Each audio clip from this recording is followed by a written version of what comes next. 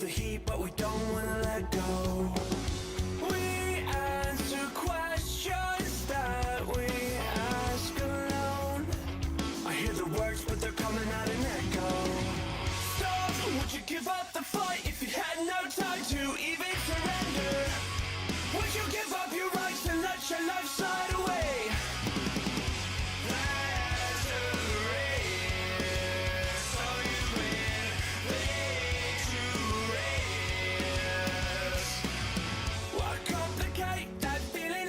When it suffocates at the bottom, don't take the bait, just walk away, resuscitate your nirvana.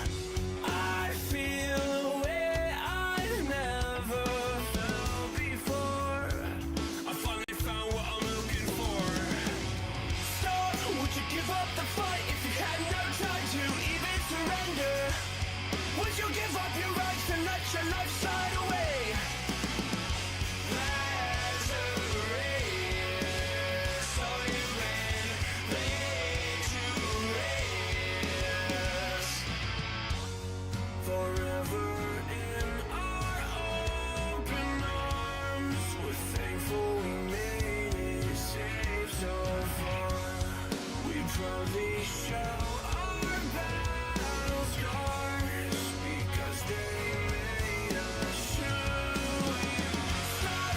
Give up the fight if you had no time to even surrender.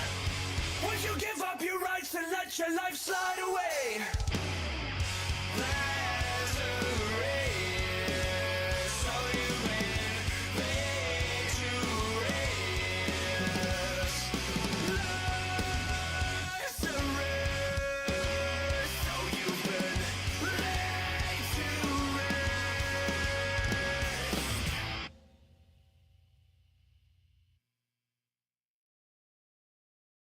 Good evening, everyone, and welcome to our penultimate episode of FNV. FNV is short for Friday Night VTubing, and this is a show where I, your host, Zara, interview various VTubers from all over the community. And tonight, our wonderful guest for our penultimate episode will be Penumbral. And please say hi, introduce yourself, and tell our listeners a fun little interesting fact about you that they might not know. Okay, I mean, I'm Penumbral. I do like news things and occasionally get to tier lists that people get angry at me for. Fun little fact. I have 6 wisdom teeth somehow. There you go. Wait, There's what? Yeah, I got 6 of them jammed back in my mouth. Never had to get any removed. Wait, so how many teeth do you have total? Like, well, whatever 50. the normal is. What's the normal? I don't know what the normal amount. I've never counted them. I think the normal amount should be 28. I'm not sure. Well, I have that plus 6. So yeah, most people have like 2 to 4 wisdom teeth. I got an extra 2 on my top. So. Just on the top. Yeah, well, it's not like I guess I could have one top, one bottom, but I couldn't have. If I had extra ones everywhere, I'd have 8, and even for me, that's a bit too much. Imagine you had only the 2 corners, well, like opposite corners, so top right and bottom left. Asymmetrical mouth. How unevenly would you be chewing your food? Well, yeah, one side of my mouth would just be lopsided. It'd be like a weird squint. My mouth would be at an angle. But you know, I'm waiting for the day that the dentist is like, right, we're taking that out. Come on, this is ridiculous. Yeah, no, like that's mine now. I'll take that. That's where, I always say that's where all my intelligence went, is into my teeth. That's why I'm so dumb. Okay. They went into giving me 6 wisdom teeth and no actual wisdom. Yeah, no, I'm just dumb. I can't even blame it on my fucking wisdom teeth, because I don't think my wisdom teeth have come out or anything like that. Yeah, no, I'm fucking 22. Usually they're supposed to be out by now. I've not had extra teeth come out since I was a fucking little. A little. I mean, you just don't. You may just not have wisdom teeth. Or maybe not. See, that's why I'm stupid. You can't. Some people have none of them.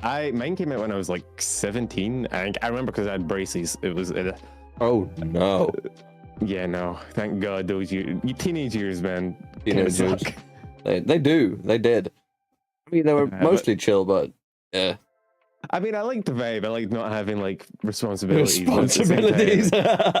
I could do without the braces. It was not a fun time. Yeah. That's one thing that I miss about like in high school life. Just no responsibilities. The only responsibilities you had were fucking making sure your homework was done, and even then, you can do it in the period before. Exactly. Oh my god. I mean, I had times where I did it in the class it was due. I was like, okay, but if she just doesn't notice, I can probably scratch some answers down.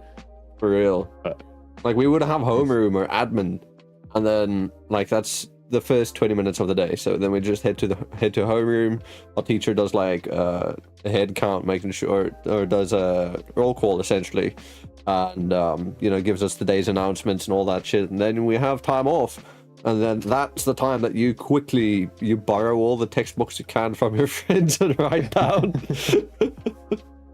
Oh, or you nick your friends like homework and you just copy it and change a little bit and hope you don't get noticed. Yeah, just change it a little bit so that the teacher doesn't see. I mean, I'm pretty sure my teachers didn't care. They were literally like, they were as overworked as we were. They were like, yeah, check, whatever, get out of my sight. Yeah, honestly, ours as well. Like the only class that I didn't skip out on doing homework for was maths, because my teacher lives in my neighborhood.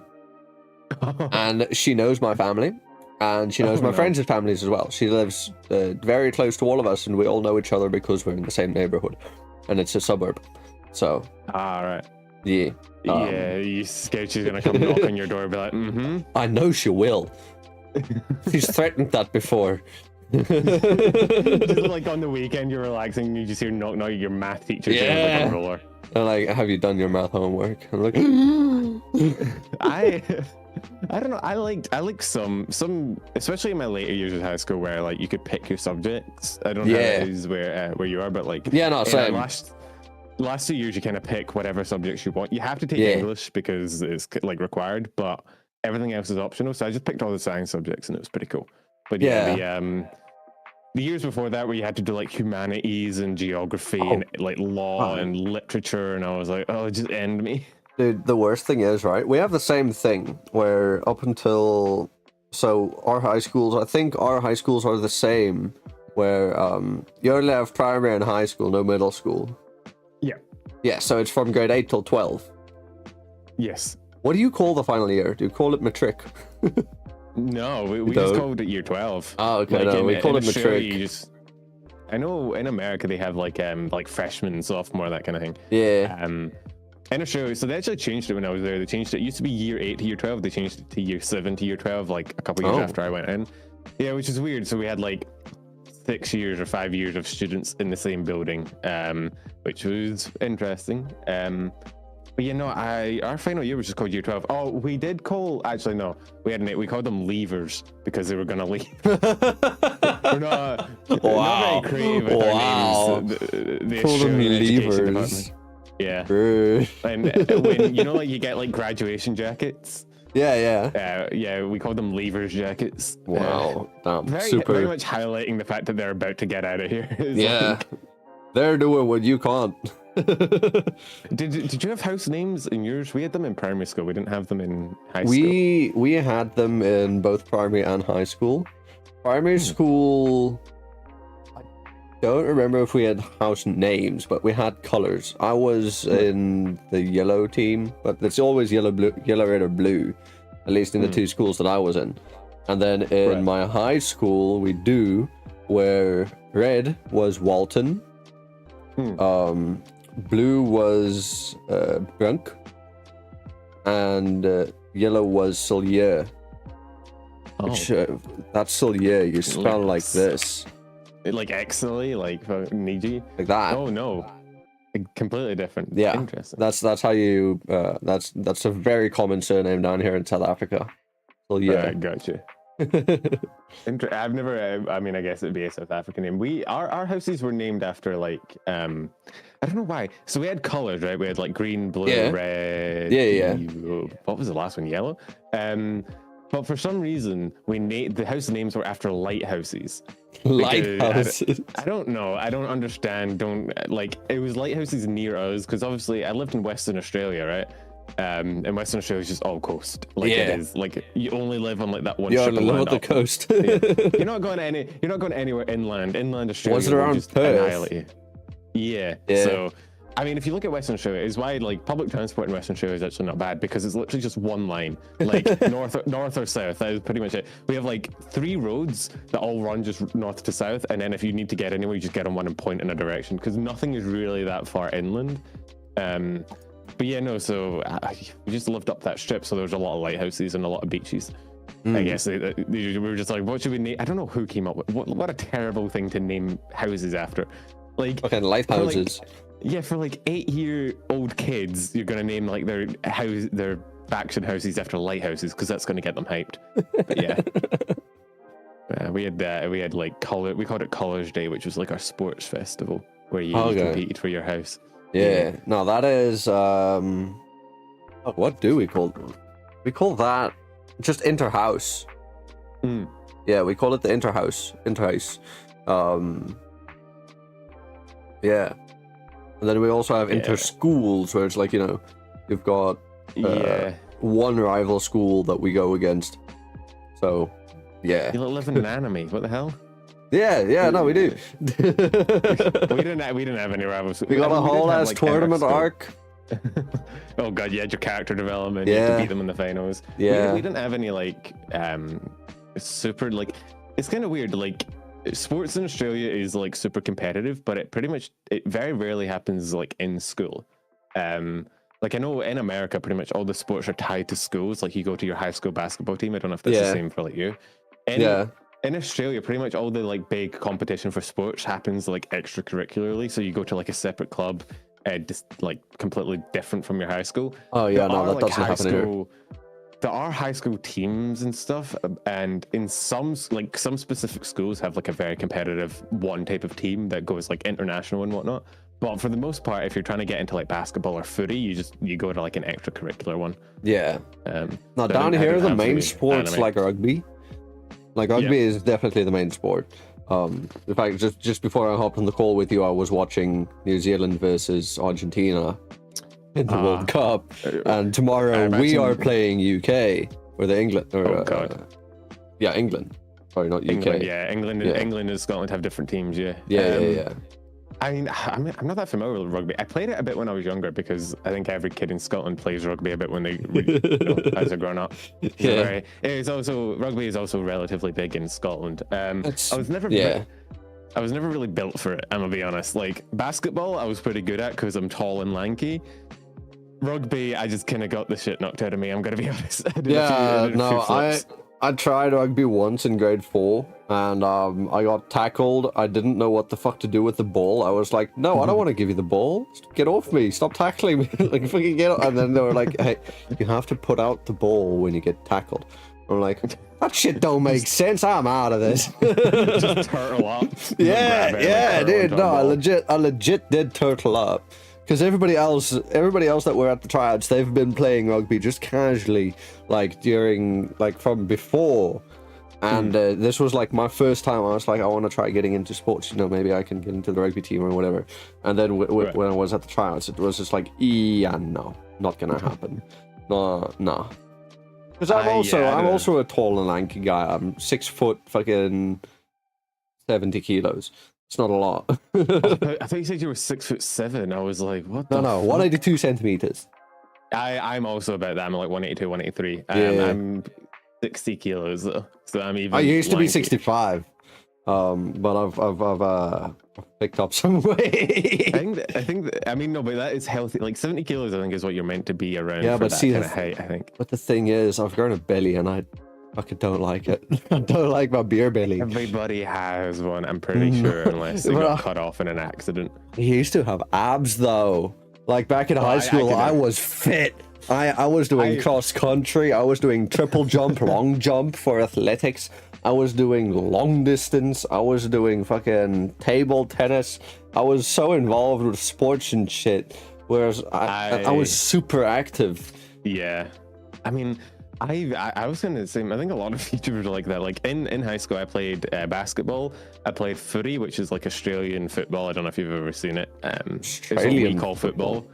Yeah, AFL is the league. If you just like, Oh, is it like soccer, football, or is it? So we call football, we call soccer. Yeah. And we call football is footy, which is Australian football or Aussie rules. Basically, it's like a mix between rugby and American football. kind of. Yeah, like American football. It's like a weird mix between a lot. There's like 4 goalposts on either side, and you get it through the middle, it's 6 points. If you get it through the right or left, it's 1. If you hit the post, it's 1. Very interesting. I've never heard of this. Well, it's just an Australian sport. So if you're outside Australia, you Fair probably won't enough, hear of I it. guess. But in Australia, it is like the sport that everyone plays. Well, I mean, yeah, they invented it. Yeah, it's probably more. It's probably up there about in brutality as rugby, because there's no like pausing of play really, apart from when you get a catch. So like, although thankfully you can't go high, so you can't go above the shoulders. So Yeah. No high tackles. Yeah. At least that's one thing that's consistent with most contact sports. Where it's like, you know, Well, except for AFL, protect the head. American. I think American football, you can still fucking charge someone in the. Well, yeah, head, because they're fucking pussies and they're wearing fucking helmets. Yeah, they got armor. Yeah, I said it. Y'all gotta fucking suit up. Y'all gotta suit up for American football. I don't know, man. I think I'd rather not wear armor, but also know that people can't just like bang into my head at full speed. Yeah. I feel like that'd knock shit out you. But yeah. Also, you'll move faster without the armor. Come on. Yeah, which means the impacts are harder. Well, then you just got to get bigger. You just got to have the bigger impact. I mean, okay, yeah, I'll have a few McDonald's. I'll be there. I'll get there. But yeah, no. So Aussie rules is like the big sport, and I played that growing up. I was a bit better at that than I was rugby, because there's a lot more like, it is a bit more similar to like American, where like there's a lot of emphasis put on like running and out sprinting, as opposed to just like bashing through the other people. Yeah. But yeah, so I played that. I played beach volleyball. I played basketball. I did all the sports carnivals and stuff at my school. So yeah, I did like surf lifesaving as well, which is like when you go on the beach and you do the like you're a lifesaver, but you can surf. Yeah, well, pretty much, yeah. Well, it's like a lifeguard for the beach, right? So you go on patrol and you make sure that you get a lot of tourists in Australia that can't swim. And it's like, they go in the ocean and you're like, why did you go in the ocean when you can't swim? And it's like, I don't know what you expected. I mean, see, I can't swim either. But I do enjoy going to, no, I can't. I can kinda. I can't properly swim. I used to not be able to. Like, it was a struggle learning.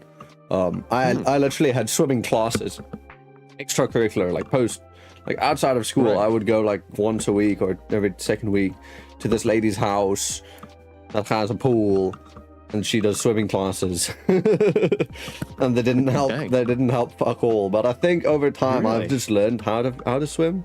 I think most people can stay afloat by like flailing, if they really need to. But yeah, I don't know. No, I can float. The floating is not the issue. The moving is the issue. Right, yeah. I don't know. In Australia, like learning to swim is like you do it at school. You learn it really, really early, because we learned it in school too. We had my primary school had a big pool. It didn't work, dude. Just the whole primary school from grade R to fucking grade 8, I couldn't swim.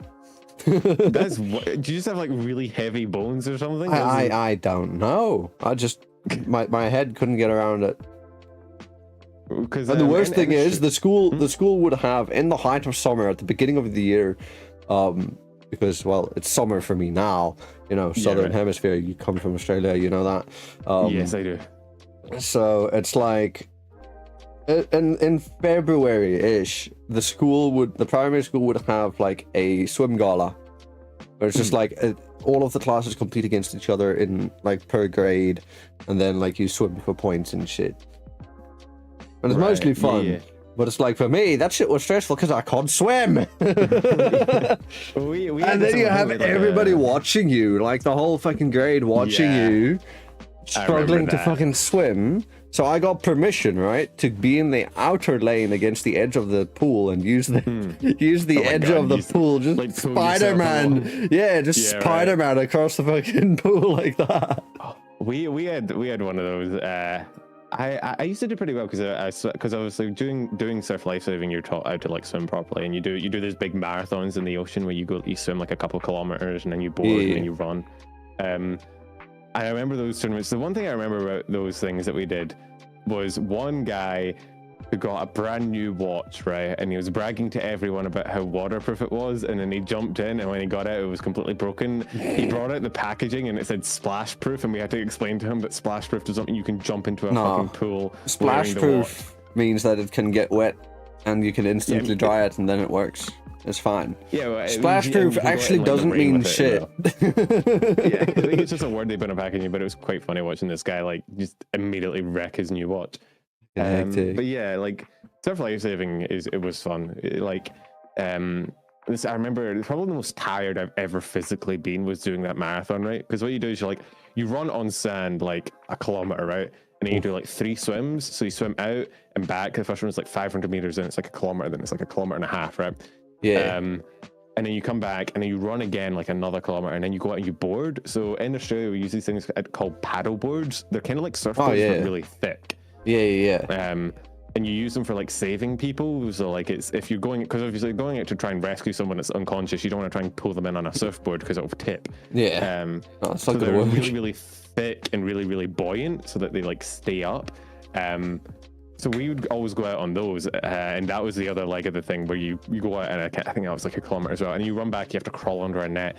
By the end of it, I think I thought I was dead. I actually because when I first joined, I was just in from Scotland, and I was stood next to all these Australians, super tanned, had been doing this since they were like out the womb, and then there's me, I'm shining like, I'm like Casper the Friendly Ghost on the beach. I'm like radiating light. I look like a fucking Twilight vampire. Fucking shining.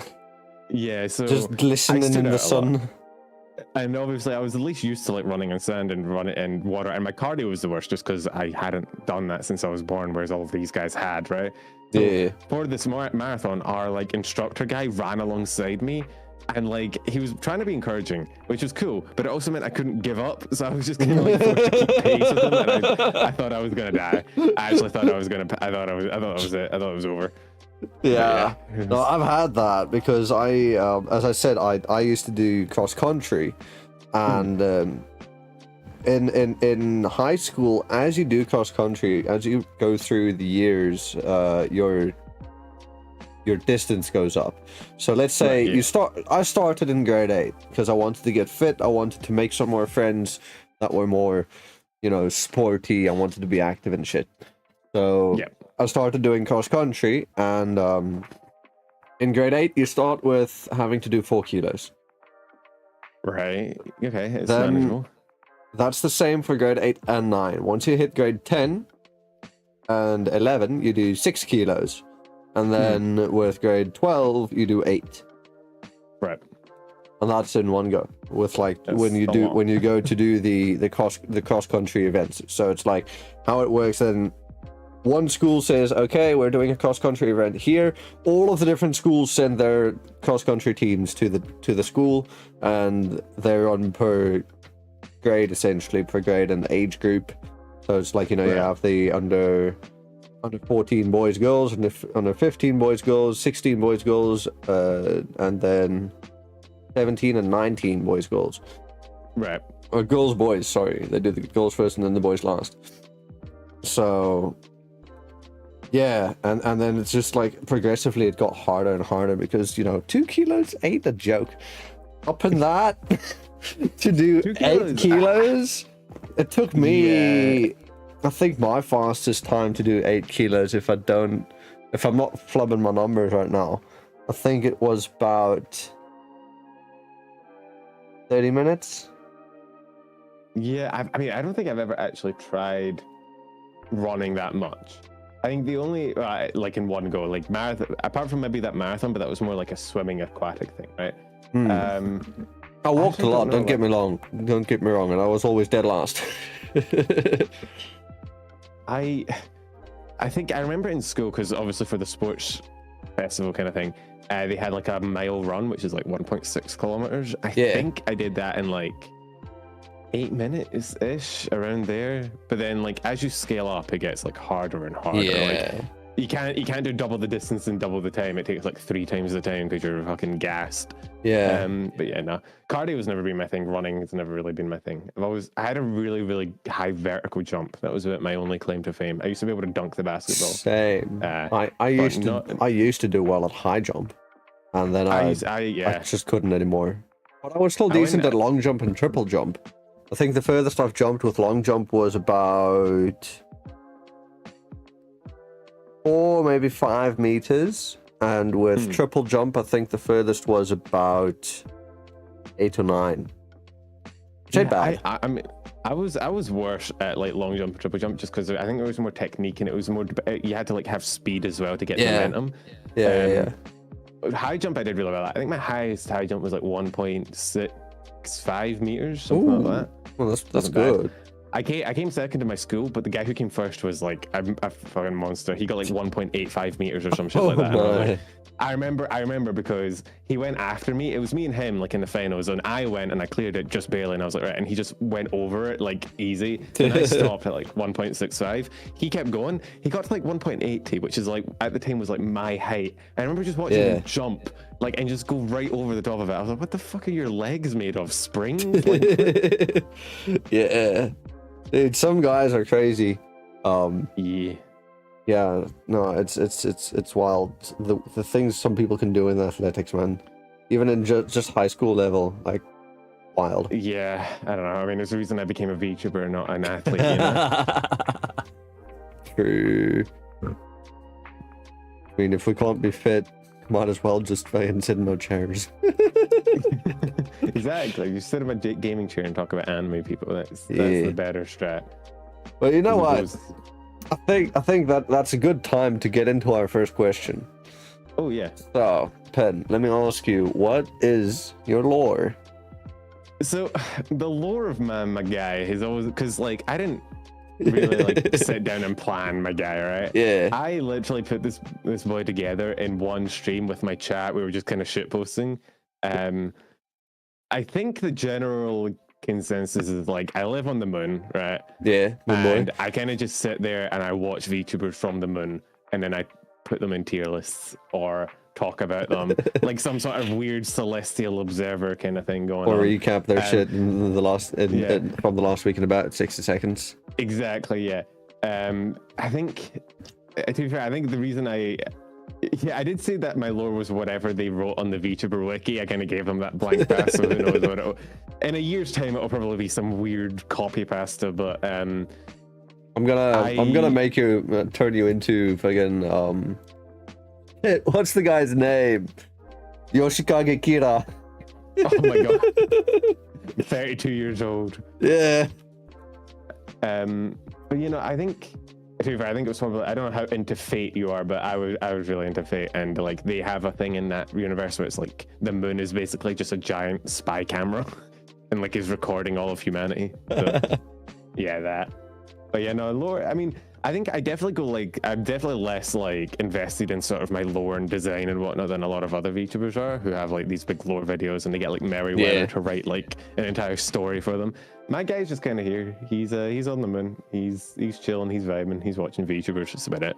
I don't have any eldritch horrors to fight, or except maybe rabbits.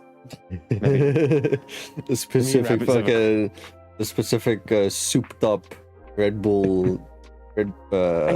Bro, it's not even just the Red Bull rabbit, right? Rabbits, VTubers in general. In general, like, just all of them. There's just an issue for me, man. I don't know what I did to like incur the wrath of the rabbit god, but I think it started with Lopi, and then it just, it went from there. It was like Glopy and then Pippa, but then I've also had like other people since then. And then every time a new VTuber comes out and is like announcing they're a rabbit, I'm like, please, no. No more. I can't take any more, please. You just know, oh, no, I'm already on their hit list.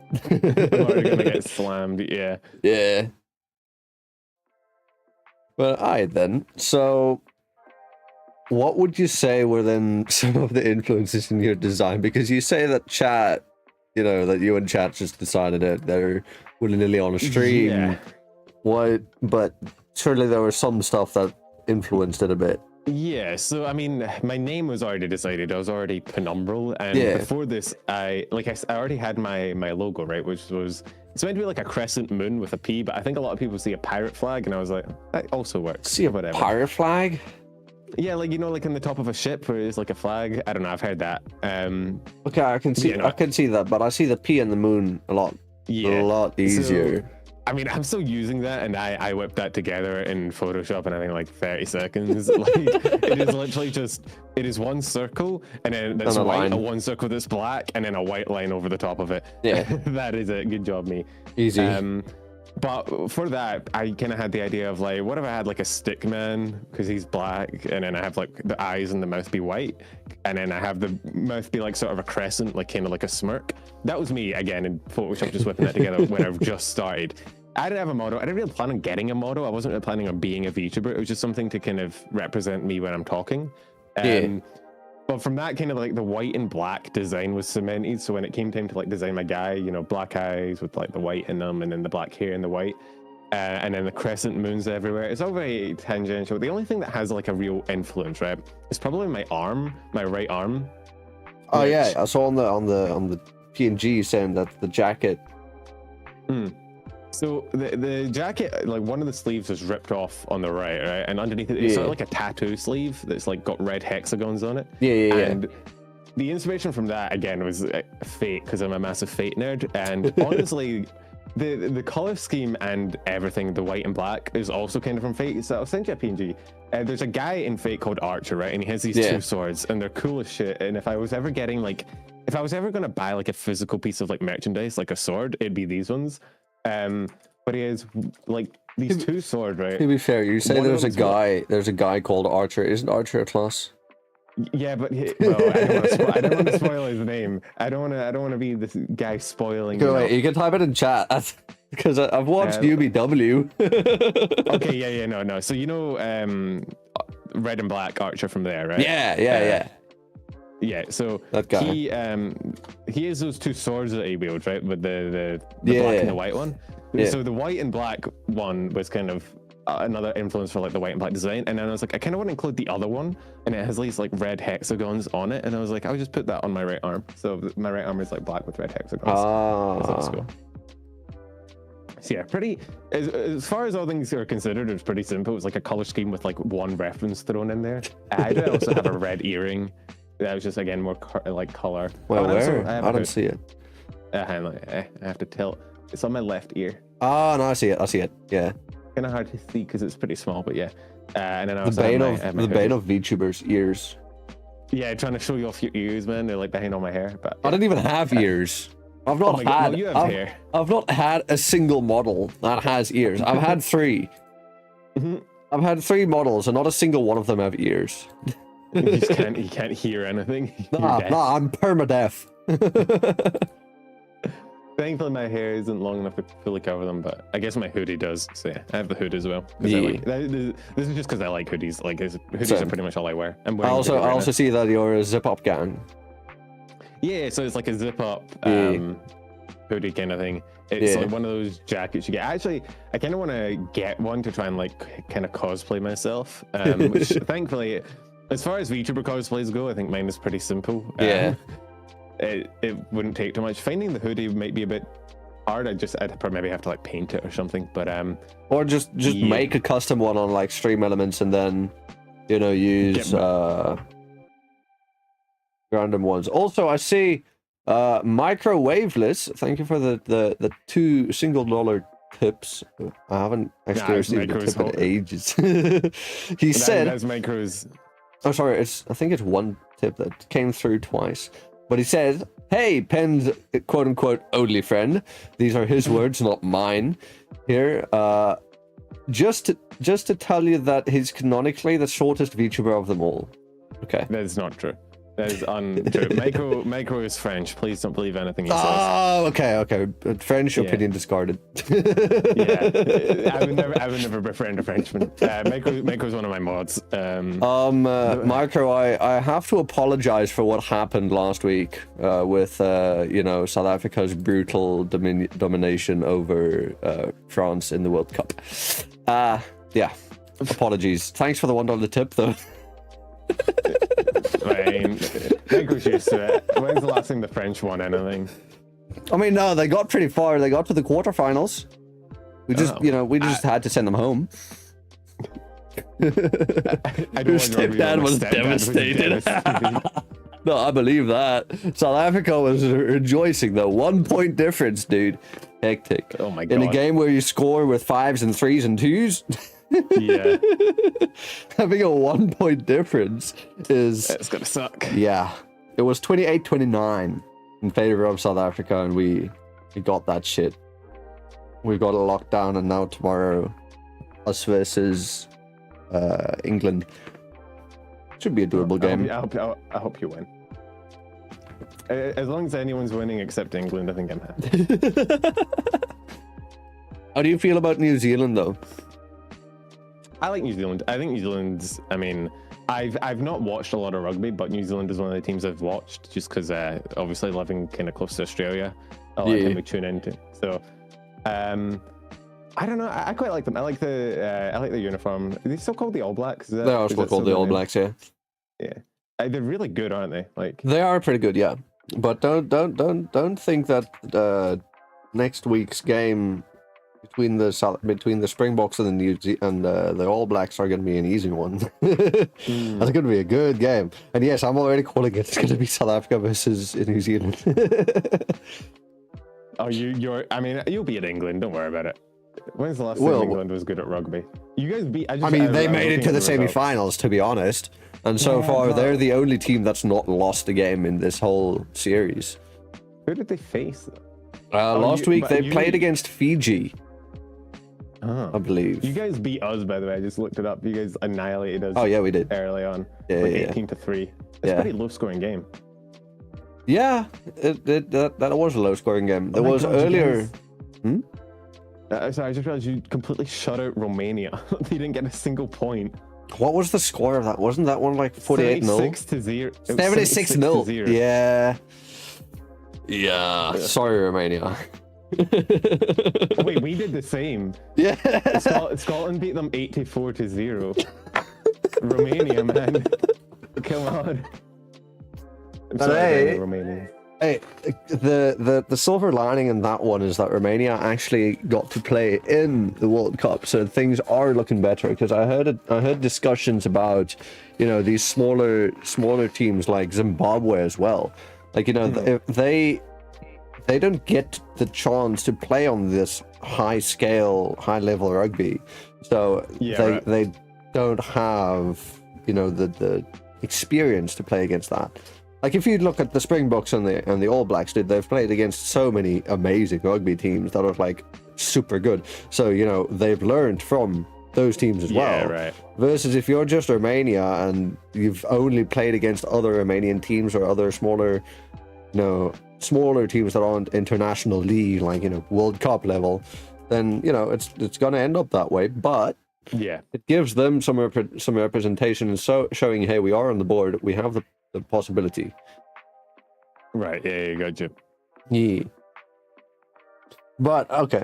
Anyways, I think we keep going back to rugby for some reason, and I don't know why. I'm not even a fan of rugby. I'm not even a fan of rugby. 2 years ago, I didn't give a shit, but now my father's a videographer and we do a lot of sports stuff for schools and shit. Right, yeah. So I've had to learn rugby and all that. It's like I'm not really a big fan of sports in general. I like basketball. It's about the only thing I follow.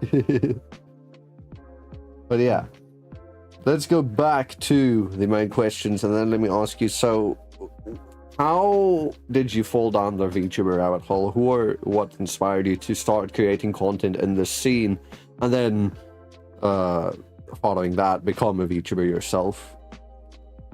So I was kind of into VTubers like back in 2017 when they were first sort of like appearing. I remember seeing like Kizuna eye clips, right, of her playing like Resident Evil and swearing. I remember that distinctly. And then I never tuned into her like actual videos, but I just watched the translated clips for a while as they popped up.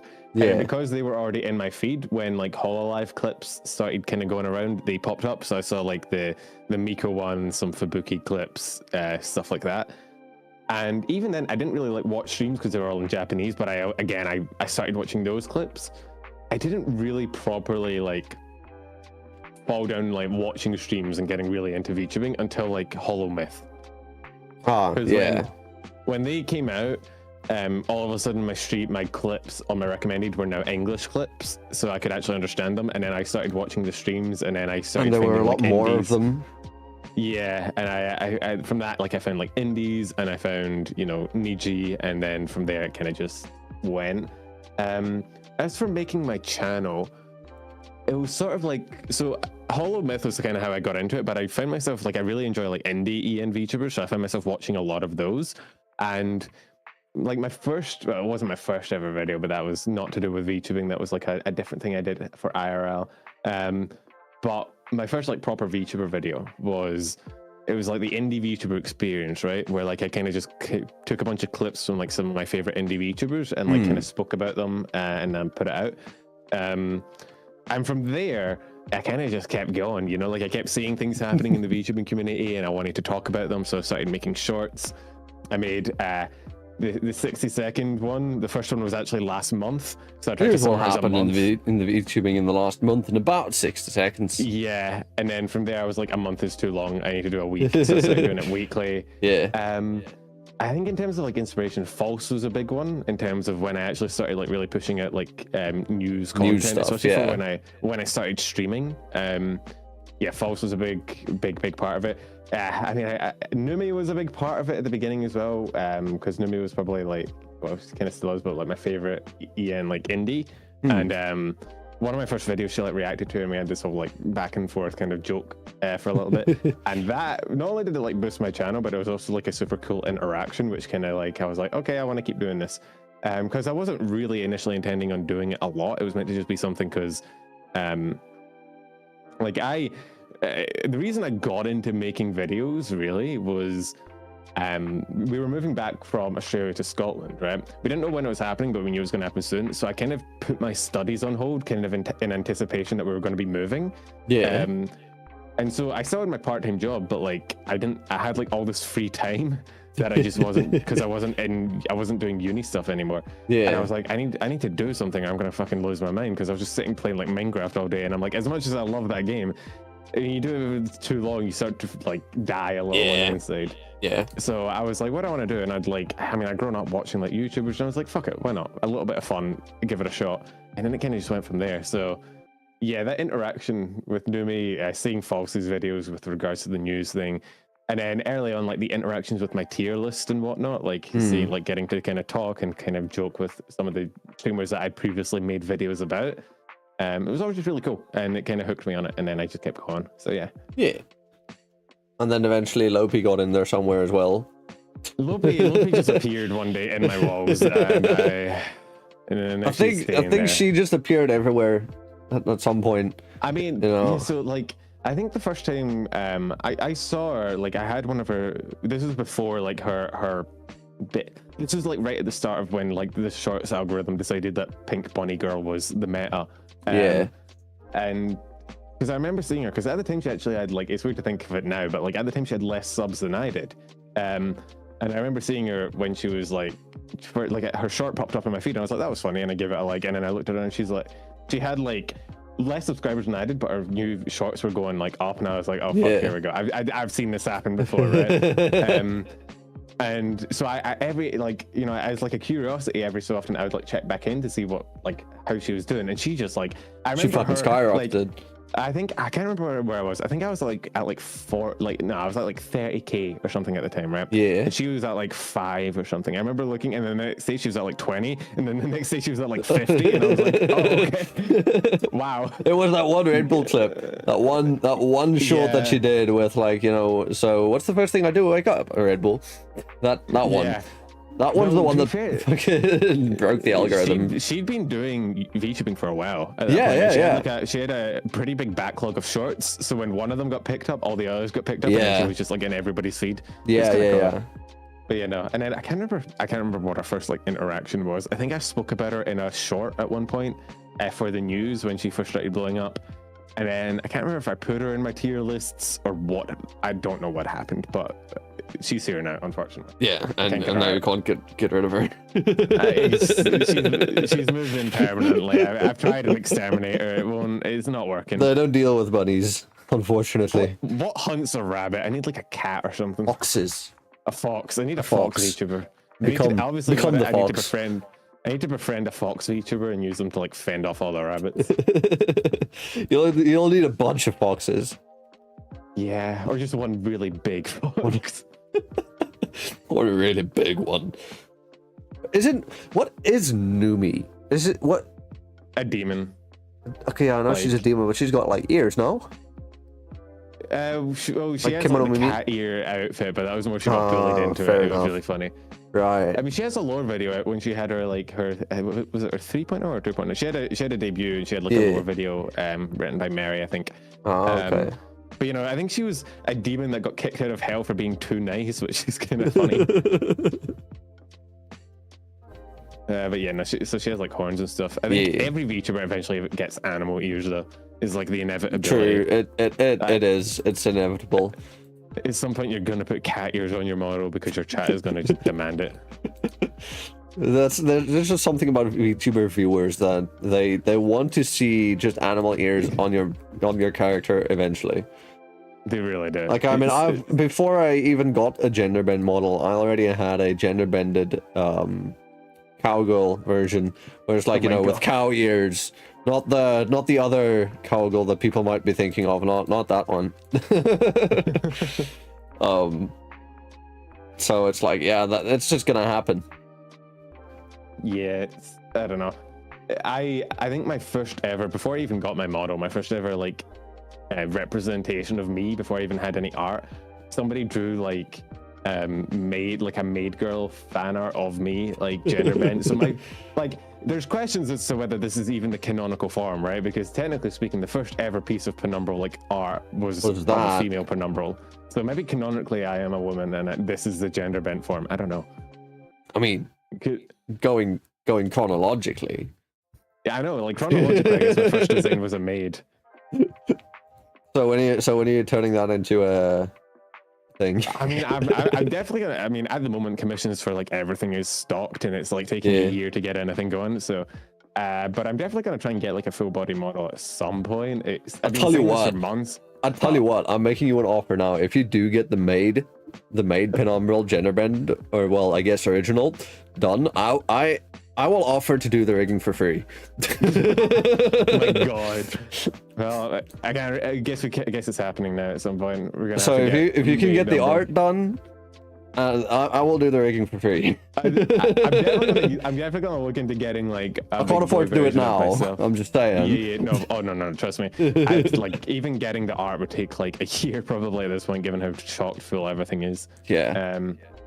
But it's one of those like plan things. I've been wanting to get it rolling for a while, but every time I look up someone to like commission, I look into their commissions and they're like, sorry, we're full.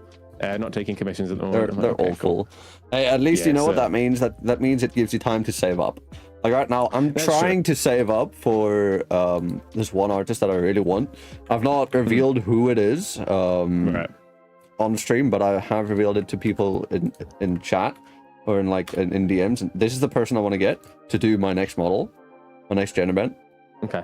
My gender bend 2.0, and I forgot I'm not on stream. I can click things and not have to worry about them popping up. Yeah. You can click things. Also, she's got a Save for Work account. yeah. Oh wait. I think I know this person. You probably do. Yeah, I do. Yeah. She's a very popular artist. Yeah. But like her prices are so good for the quality as well, and it's something I can actually afford. So, yeah. But once again, comms are always full. Yeah, they're always so like just finding someone with like, especially because like I need to cushion like a male character first, right? And a lot of artists just don't do that. That's why I became a gender bend, because fucking just finding artists to do male shit is fucking so difficult. Yeah, like you cut your artist pool into a third. Yeah, probably about that. So. But modeling, VTubing stuff. Oh yeah, is it on Twitter? Yeah. Do you get hit with captures on Twitter now? I got stuck in the rat maze for like. That happens. That happens when you change your title. which is why I don't change my title anymore. Also, shit, I forgot to say, hey, we've started. Is that why? Yeah, like anytime, because it happened after I did an FNV episode, right?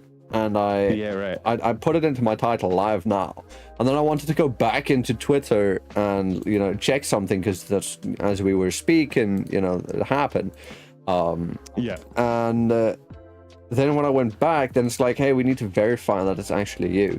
So anytime you change your display name, not even your handle, not even your @ just like the name, Twitter's like, hey, you need to verify it, please. So I've stopped. Because it's always when I'm streaming, because I put like the live in the title. Yeah, which is why I've stopped doing that. But it's a pain, because anybody who now sees the post is like, oh, okay, wait, they might not be live anymore. And it's just like, no, I am still live. I just don't want to sit through 10 minutes of having to verify myself, because this dumbass captcha is giving me a pumpkin, a shadow of a fucking ice cream with the pumpkin, and it's saying I got it wrong. Have you seen the new one? Like, it gives you a number, and then it has a picture of a maze. And let me show you the image. I tweeted out about it. This is what I got hit with live on stream the other day. Find the image where the rat can reach the exact amount of cheese of the image on the left, and then it's a picture of a maze, and you scroll through the different mazes, and you have to click whatever one has the right amount of cheese. Bro, what the fuck is that? I don't know. And you have to do it 5 times. It takes, unironically, it probably takes about 5 minutes to get through. It is. Dude, the worst thing is, right? I had one where they were like, choose the option where the numbers add up to a certain vague thing, and then it's like, okay, click this thing, and if you get one wrong, they're like, sorry, we're gonna have to have you do that again, except this time, instead of doing it 5 times, we're gonna have you do it 10 times. Oh, fun. Then I got one wrong again. They made me do it 20 times. Oh my god, yeah, if you get the rat one wrong, you have to redo all 5. It's very frustrating. It's the stupidest shit that Twitter, X, has ever fucking implemented. Well, it's Elon and his fascination with Twitter, bots, right? Like, Elon is always going on about bots and how to stop them. That's why he's going to start charging people $1 to use Twitter. Yeah, dude, honestly, that Twitter was better. Like, I've had way more bots come in now than previously. Like, now I just get randomly tagged. Like, in my notification, I will just get a random tag from some random stupid fucking name with the X logo as their profile picture, just tagging an entire tweet full of random usernames, and I'm just there. It's not even a reply. It's not even a reply to anything. It's just a tag. What is the purpose of this thing? I don't really get that, thankfully. I guess I'm not popular enough, but... What do you mean you're not popular enough? Well, obviously the bots don't care about me. No, maybe I'm just, like, unpopular. You just have all the bots as your friends. I mean, my favorite thing on Twitter once was, like, when I started playing Minecraft on stream, and I put, like, the announcement out on Twitter, like, hey, I'm playing Minecraft. Every time there was, like, 3 or 4 bots that would like the tweet every time, because you just mentioned Minecraft, and they like, immediately like it. It's kind of funny. It's like, I once did a bot bait post where I put all of the trigger words into the post, where I was like, hey, I am looking for cheap art, graphics design commissions. You can maybe use 3D. It's for my Twitch stream and logos, and possible if you've done NFTs and work with AI, and it's like all of those keywords that attract all of the bots. Yeah. And I posted it. 10 minutes later, I checked up on it, and it had like 15 replies. And everybody in the comments was just like, all the normal people were like, oh no, what has he done? He has summoned them. He has summoned them. I might do it again, see how bad it's gotten now. Try and bait all the likes, get like 1 million likes on the feed just by putting all, like... Yeah, also, getting those notifications just, gets the dopamine going. Put them feeling down, just do a bot bait post, and then, get some engagement, get the fucking, what do you call it, get the dopamine flowing.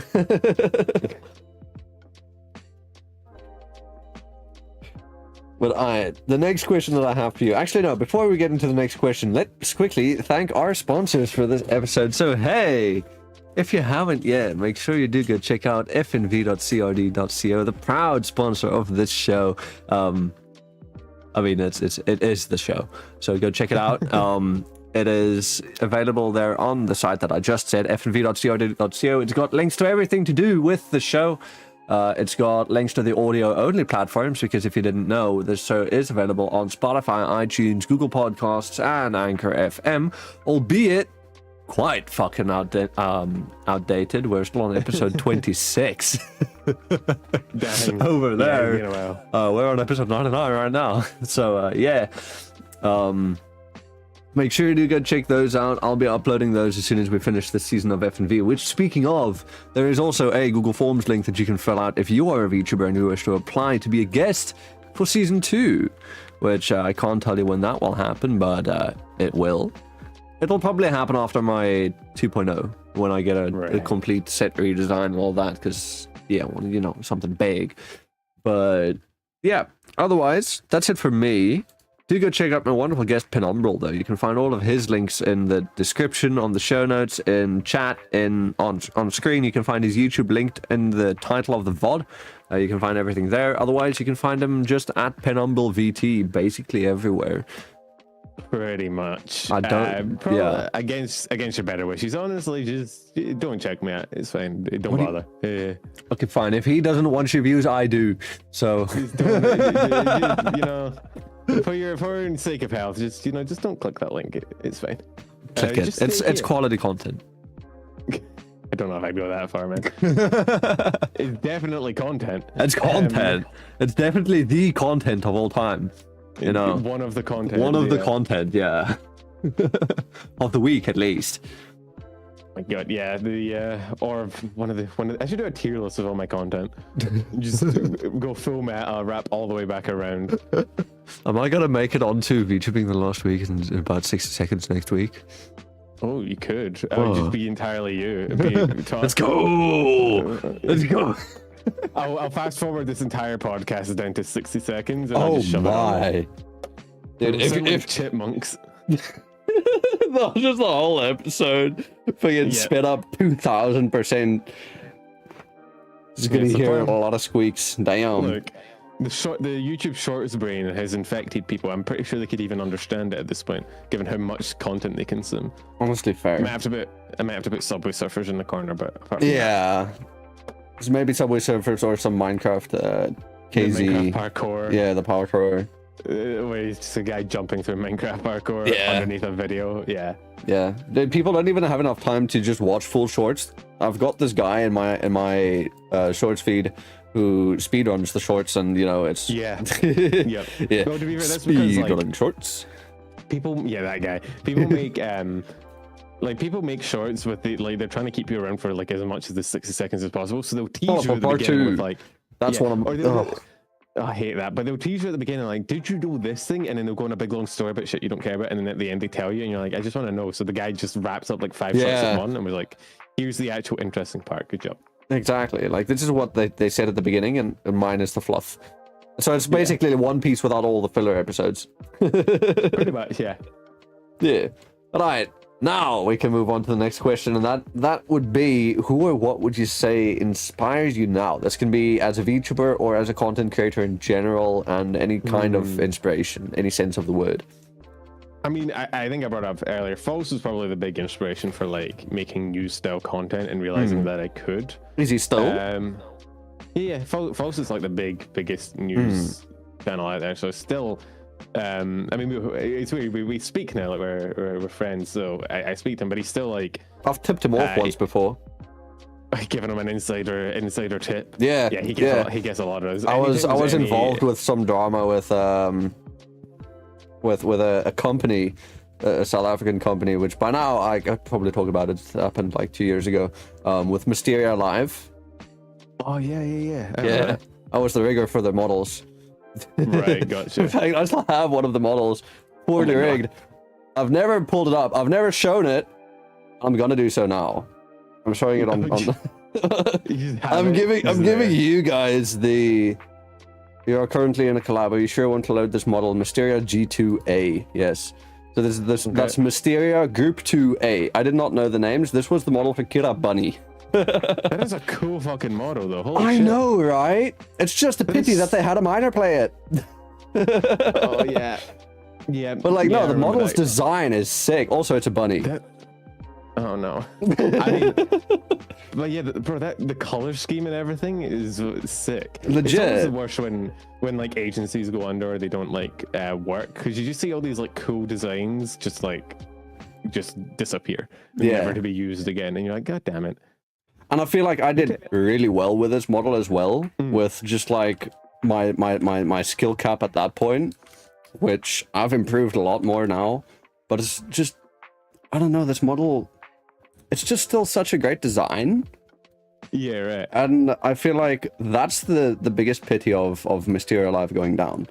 The cool models that were designed that were never used because, well... Yeah, that whole situation was unfortunate, but yeah, it's always that problem. Yeah. There's so many cool models that come out and then they graduate and it's like, well, that's gone. Hooray. Yeah. Never to be seen again. Let me just reposition myself again. But yeah, so I've given False an insider tip on that one. When I told him, hey, by the way, I was the rigger. If you need more information about the shit, let's fucking let me know. Because I took a part in writing the Google Doc. Right, gotcha. And I still have contact with what do you call it? Valera Gitsu, who. I won't go too much into that because privacy of her or her privacy. So yeah, but no, I still have contact with her and she's still in good spirits and shit. Well, a lot of the Mysteria girls have popped up elsewhere. I mean, actually no, I know of two. Well, there was one that popped up fairly recently, part of another drama, but yeah.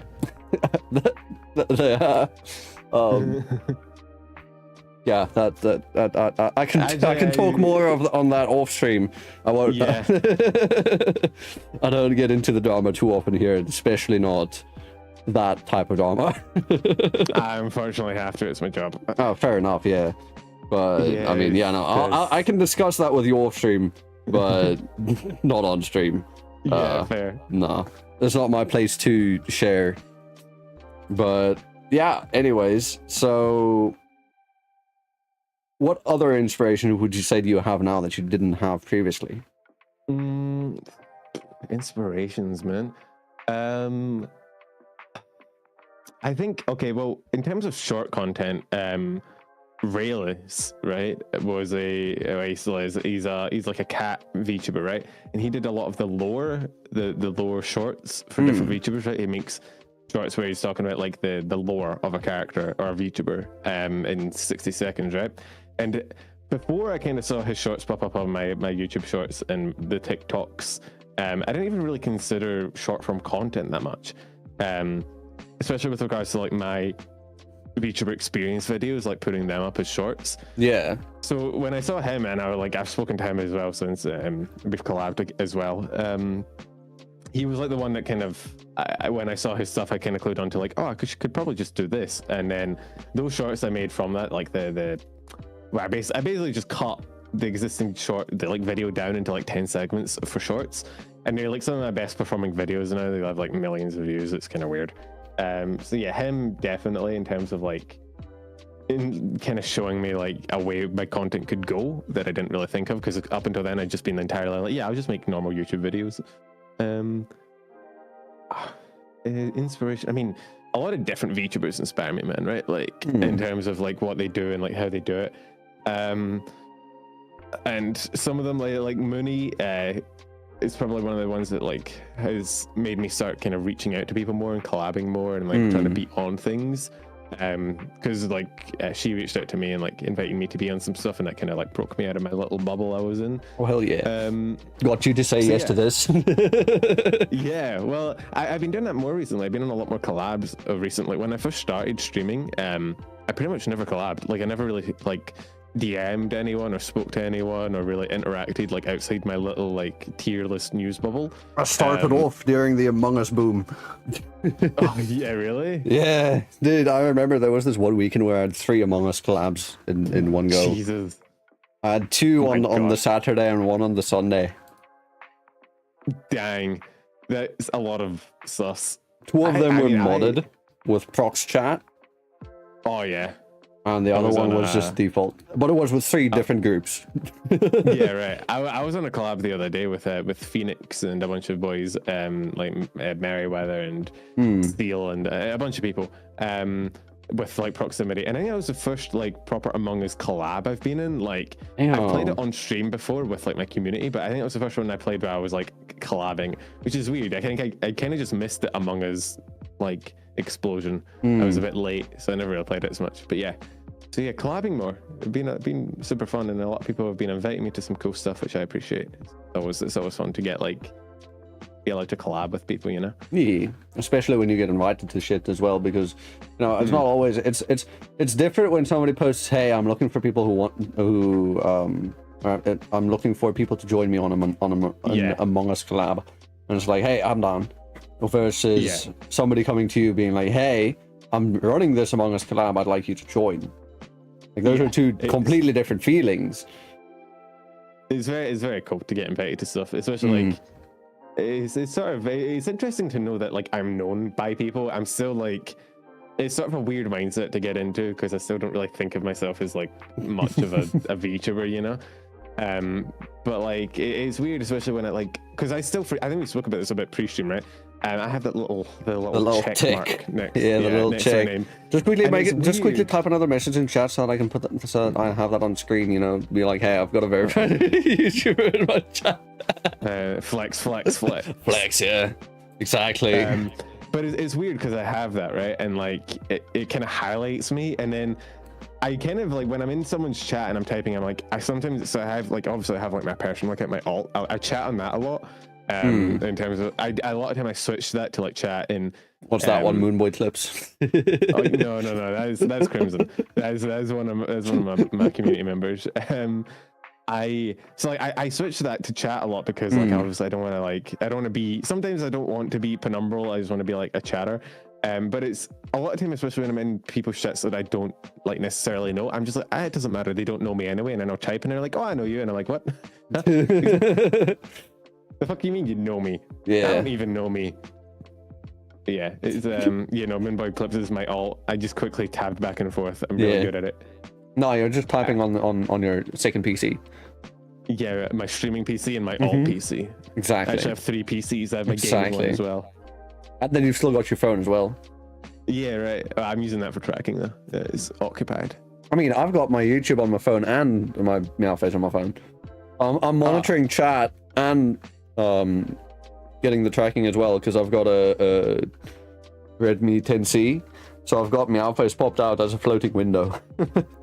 Oh, interesting. I've never really tried that. I don't know if you can even do that with VTube Studio. My streaming setup is normally like my main screen is like whatever the game is or whatever I'm looking at, and then OBS off is second. Yeah, so my second one is like OBS. I'll have stream elements. I'll have chat. I'll have the controls panel and like my BGM or a tab. Yeah. I mean, I think you've seen basically my whole OBS setup.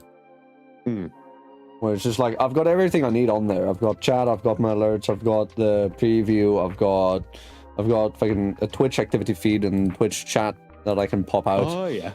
Where if I do multi-streaming, multiple scenes, there's all of the vertical stuff lined up there, you know. Right. I should probably look into doing that and getting it all in one screen as opposed to the horrible thing I have now where it's like I just have 15 different windows open. The minimum windows I need is my game, my VTube Studio, VBridger, and OBS. That's the minimum. I just keep VTube Studio is minimized. I've forgotten VTube Studio is open a lot, and I come back after like I'll like go to sleep or like I'll go get dinner. I'll come back and my model's just sitting there dead, like fucking eyes closed off to the side, like just looking nowhere. That's happened previously with a guest of mine as well, where it's like we both forgot that our VTube studios were open after the show. We were still in a VNet collab, I went to go grab dinner. I came back and I saw, hey, my guest is still here moving around. And I'm like, damn. Like a weird spy camera. Yeah, like it was a very weird feeling because I'm like, okay, we've said bye like in an hour ago. And I come back and I still see this guy moving around and I can see him chatting to someone because I see his mouth moving. And I'm like, well, this feels weird. Very weird and kind of invasive and in a very, very weird way. I agree. When I've been hosting like shows and stuff, it's always kind of strange when like there's that weird period of time where like you end the call, but like you still have their model up on your screen so you can still see them moving, but you're not speaking to them. And you're like, I don't know if I like this. This is kind of strange. Sort of a weird uncanny valley area where you're like, I don't know what about it, but something about it's weird. Yeah.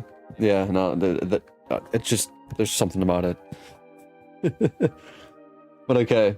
Let me then ask you the next question, which is, what about VTubing? Fascinates or interests you the most? So what's something that boggles your mind a bit? I think there's a lot of things, right? Like I wouldn't do news every week if I wasn't interested in VTubing, so I'm kind of involved with all of it in terms of all the good ups and downs. But for me, I think it's the most interesting thing is like seeing how people use the medium to like do a bunch of really cool shit that you couldn't really do with normal streaming, right? Like not just in terms of like their design of like having some cool like interesting designs, but also like lore and sort of art and models and outfits and stuff, all this cool stuff that you can't really do with a real person that they can do with their model. It's probably the most interesting to me. But if I'm being brutally honest, the most interesting thing is like it's not even like that much of a good thing. It's just an interesting thing. Is like the mix of like agency, corporate kind of VTubing and like indie, and seeing like all the sort of spectacle that unfolds from that. I think it's a really interesting topic to look at. The indie corporate divide. Yeah, like it's sort of this weird zone where like you're like an employee, but you're also a streamer, you're also an entertainer, but you're also like not, and you have all these agency dramas that come out. That's always like, they're not fun when they happen, but they're interesting as far as like, oh yeah, definitely medium. Definitely. And I just found out about the new Niji announcement from your tweet just before we started. Yeah, I can't believe it. Niji ID only has like 6 people left, I'm pretty sure, or the ex Niji ID. So that's the ex Niji ID. Although I've got a sneaking suspicion. We'll probably hear her voice at least again. Oh, I was thinking that, but then like I did say like in my tweet that she'll pop up somewhere, right? And she'll do well, but I don't know. Like she has spoken about, if I'm not mistaken, about like being like a teacher. Like I think I can't remember if she was studying or if she previously studied. True. But I think she's brought it up a few times of like wanting to be a teacher. So she might just take this as the opportunity to like go after that. I don't know if we see her again though. It'd be really unfortunate if she just sort of disappeared off the face of the earth. Yeah. I don't know. She's been an amazing content creator, and you know, a lot of great stuff that she's done. But yeah, no, that is. She's like the pioneer of Niji ID. Her and like Hannah together. So it's kind of sad to see it all break apart. But like, we talk enough about Niji drama on my news channel every week, so I not dive too far into that. You don't want to bring it in here. You've already got to go spend your whole weekend finding looking shit up. Yeah. Fun times for me. Actually, you know, speaking of your news broadcast, how long does it take you to research all of the different things? Because I know you do a stream somewhere during the week where it's like, you know, you're planning it.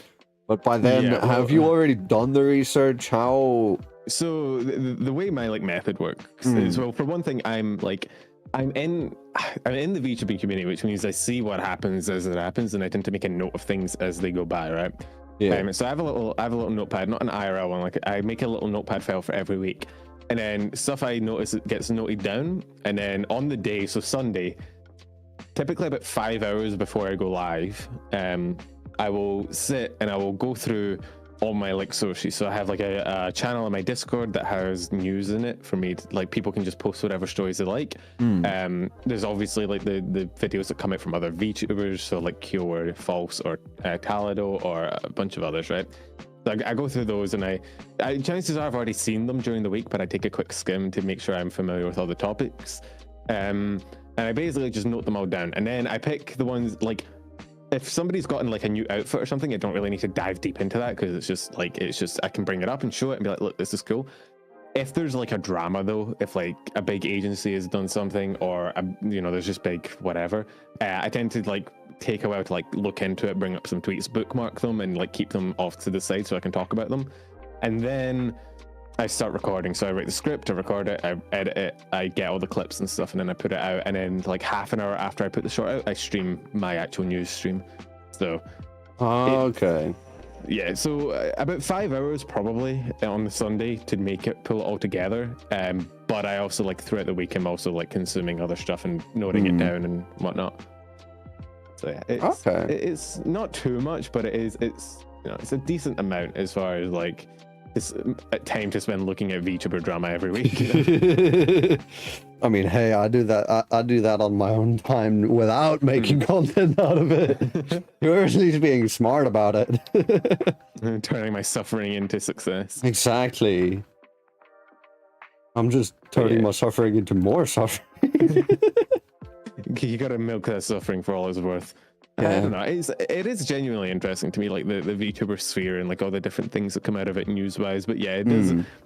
Especially some weeks where it feels like a jump from bad story to bad story. It can get a bit but yeah, didn't you like a couple weeks ago say, hey, it's been a relatively good week so far, where it's like, no drama, and then I did. Boom. Yeah, I had a stream that I titled "Nothing Happened, Go Away." That was like the stream title, and that was the thumbnail, because genuinely, like, it wasn't even just nothing bad had happened. Like, very little in far as like big news. Like, there was no reviews. If I recall correctly, like there might have been an outfit or two or a new song that I talked about, but for the most part, I was expecting it to be like a half an hour to 40-minute vid or stream. Sorry, but then midstream, I started looking up some drama that I got kind of alerted to, and then the stream actually lasted like 2.5 hours as I looked through all of this drama. So yeah. What was that drama at that point? I think it was. Was it?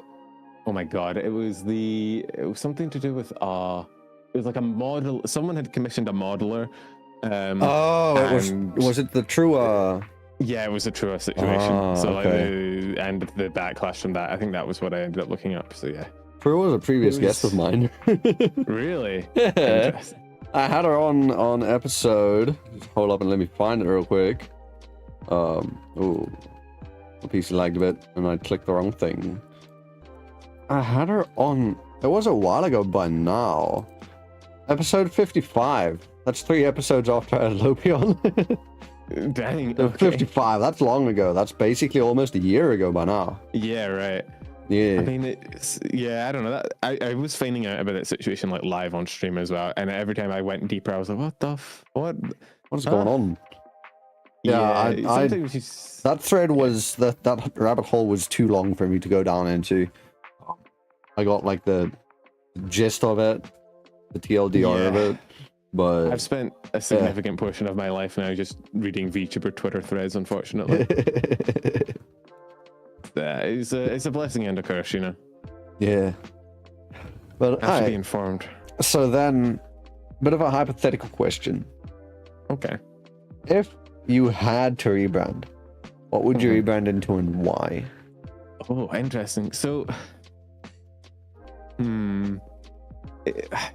I generally don't like, again, I don't like attach myself too much to my design or my model compared to others. Like, it's very much just a thing I kind of put together as like to be a bit more of a part of the community. If I had to rebrand though into a different, like, I guess a different like model and design, I don't want to say like I'd do a stick man or whatever, because it's not really a rebrand. That's an unbrand. That is going back to what I was before. Yeah. I think honestly, I might go for like the gender bend thing. I might like pick up like I'd probably just make I think I'd probably go for the meme answer. I'd make like an anime girl that was just every animal at once. So like a cat, fox, dog, wolf, bunny, dragon, just everything. You know how you have all these VTubers that have like all these different animal parts? Just throw them all in the same model and see what happens. You give them the tail, give them wings, give them ears, give them horns, give them antennas, give them scales. Scales and then fur, and it just make them like the weirdest chimera known to man, and just put all that in. The rigging costs and the modeling costs would be a fuck ton, because every time you add something more, the artist is like, yeah, for every added limb you have to like a bit extra. So don't forget spiders. You're gonna have to have 8 legs, but then you can have the 8 legs be different things. So then you can have like horse legs, 1 pair of horse legs, 1 pair of human legs, 1 pair of fucking snake legs, I guess. Just 2 snake tails. No, just 2 snake tails. Fucking as legs. Some weird eldritch abomination. You could call yourself like, there's probably already a chimera VTuber, isn't there? Oh, there definitely is. There's a VTuber for everything. Somebody's definitely came out with a chimera VTuber, but yeah. I remember one time on the show, I discussed with one of my guests. I don't remember who. We discussed biblically accurate VTubers, or biblically accurate angel VTubers, and we looked it up, and there were none. And then a week later, we discussed it again. I discussed it again with a new guest, and then boom, there were like 3. Yeah, I mean, like. So I'm taking credit for that. I started those 3 people's careers because I mentioned it the week before they started. You know, I don't care about how long their model took. Everything that they've done, it belongs to me. It's me now. I own it. It's my copyright. If you mention it like a second before it comes out, you own it. Exactly. It works. Exactly. I mean, I mentioned on like, actually, you know what?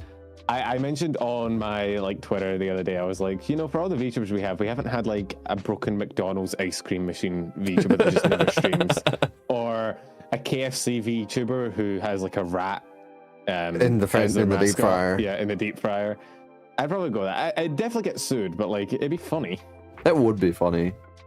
If I'm ever like going out, if I'm ever going to stop making content, I'd do it like that. I'd make like the weirdest design ever, and I just get myself cancelled a billion times over. Like if you're gonna go out, you're gonna go out with a bang. Yeah.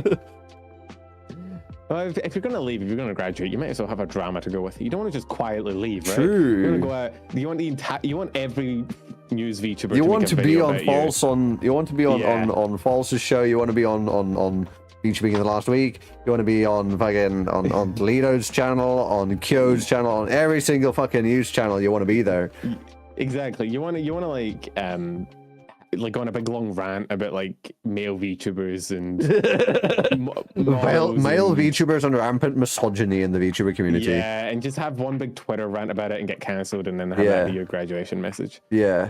And be sure that if you are gonna do it, make sure that you portray it as like some kind of neo-Nazi. Yeah, obviously. Then you're gonna go to, if you don't half-ass that shit. You want to do the rare accomplishment of getting your VTuber drama outside the VTuber community and like getting like an IRL content creator to start talking about it. Yeah, like fuck.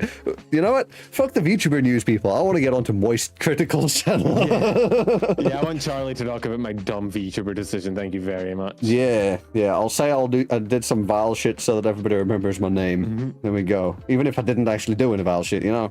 You just gaslight your gatekeep girl boss, you know. Exactly. Fabricating drama. That's what we're all about. Your Honor, I did it for the vein. Thank you. Your Honor, anything for views. I gotta get those clicks, Your Honor. I had to satisfy the algorithm, Your Honor. Oh my god. What have we done? What have we become? That's what I'd rebrand into. Okay. The most cancelled VTuber. Just every horrible take in the VTuber community condensed into one model design. Hell yeah. It'd be great. There's gonna be a steaming bag of shit. But it will get cancelled, and that's the goal. True. Okay. Then the next question that I have is, so why did you start making content? Yeah, I think I kind of accidentally like delved into this earlier when I talked about like False and like how I got started with like the Numi and the tier list. So it kind of just spiraled from there. But yeah, just honestly, I enjoyed doing it. I had some fun interactions. I saw what other people were doing, and I wanted to kind of try and do that. And it kind of just got away from me, and now I'm here. Have you ever wanted to be a content creator before you started? I can't, like, I feel like everyone, like, my kind of age grew up watching YouTubers and were like, I want to do that. But I'm assuming me and you are kind of in the same... I'm 23. I think you said you're 22. Okay, yeah, I'm 22. We're like we're really the same age. Wait, what month? May. Wait, I'm also May. Oh my god. Don't dox ourselves. We're actually the same person. We're actually the same person, just a year I'm playing apart. 2 roles at once. No, you're playing 3 roles at once. Because now you're toggling between being me and you and being your alt you, being Moonboy Clips. Oh my god, yeah. You've forgotten about your alt. Oh my god, yeah, I've forgotten. Oh god. You closed 5 times a second. Yeah. Now you haven't posted anything in the chat by the way, so people are starting to your plausibility is dying. So no plausibility. Oh, there we go. I can't believe you're repressing me. I'm sorry. You're like my alter ego. I'm like pushing you down. Like no. Yeah. No. The demon's inside your head. I'm the demon inside your head now. Oh my god. Does that mean I live rent free?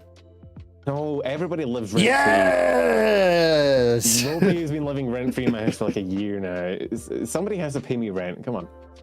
But Pen. I'm broke. Yeah, we're VTubers. We're all broke. Yeah, exactly. Well, I'm not as broke anymore. I've got a full-time job. Let's go. Congrats. Can you imagine that? A VTuber being employed? Who would employ a VTuber? Funnily enough, a doctor. What? I don't think I'd want a VTuber. I'm working for a doctor right now. That is terrifying. Yeah, and I'm getting a doctor on my show next week. I said, and my doctor knows what I'm doing. He's watched a previous episode, and I told him about my next episode next week on Saturday, the finale. It's going to be a doctor that I'm going to be having on, and he was like, "Oh shit, that's cool. I'm going to be watching that one." Oh wait, I think I might know who you're talking about. Maybe I don't reveal names before I do, right, in case anything happens and I need to reschedule or get someone obviously, else. Yeah.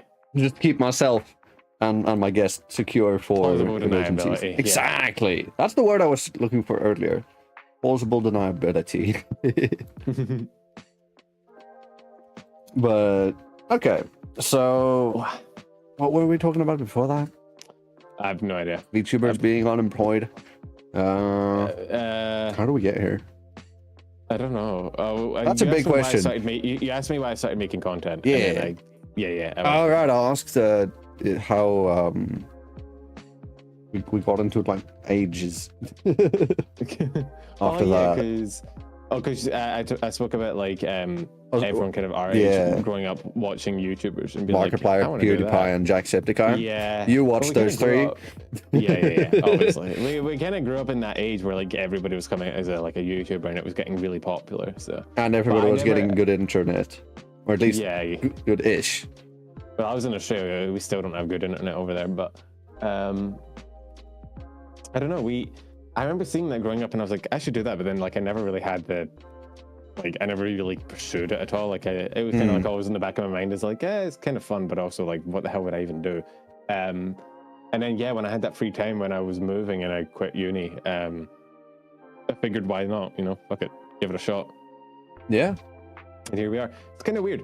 I remember like sitting and being like, because I was considered like obviously debating like going out and like getting a mic and actually just sitting down to record something.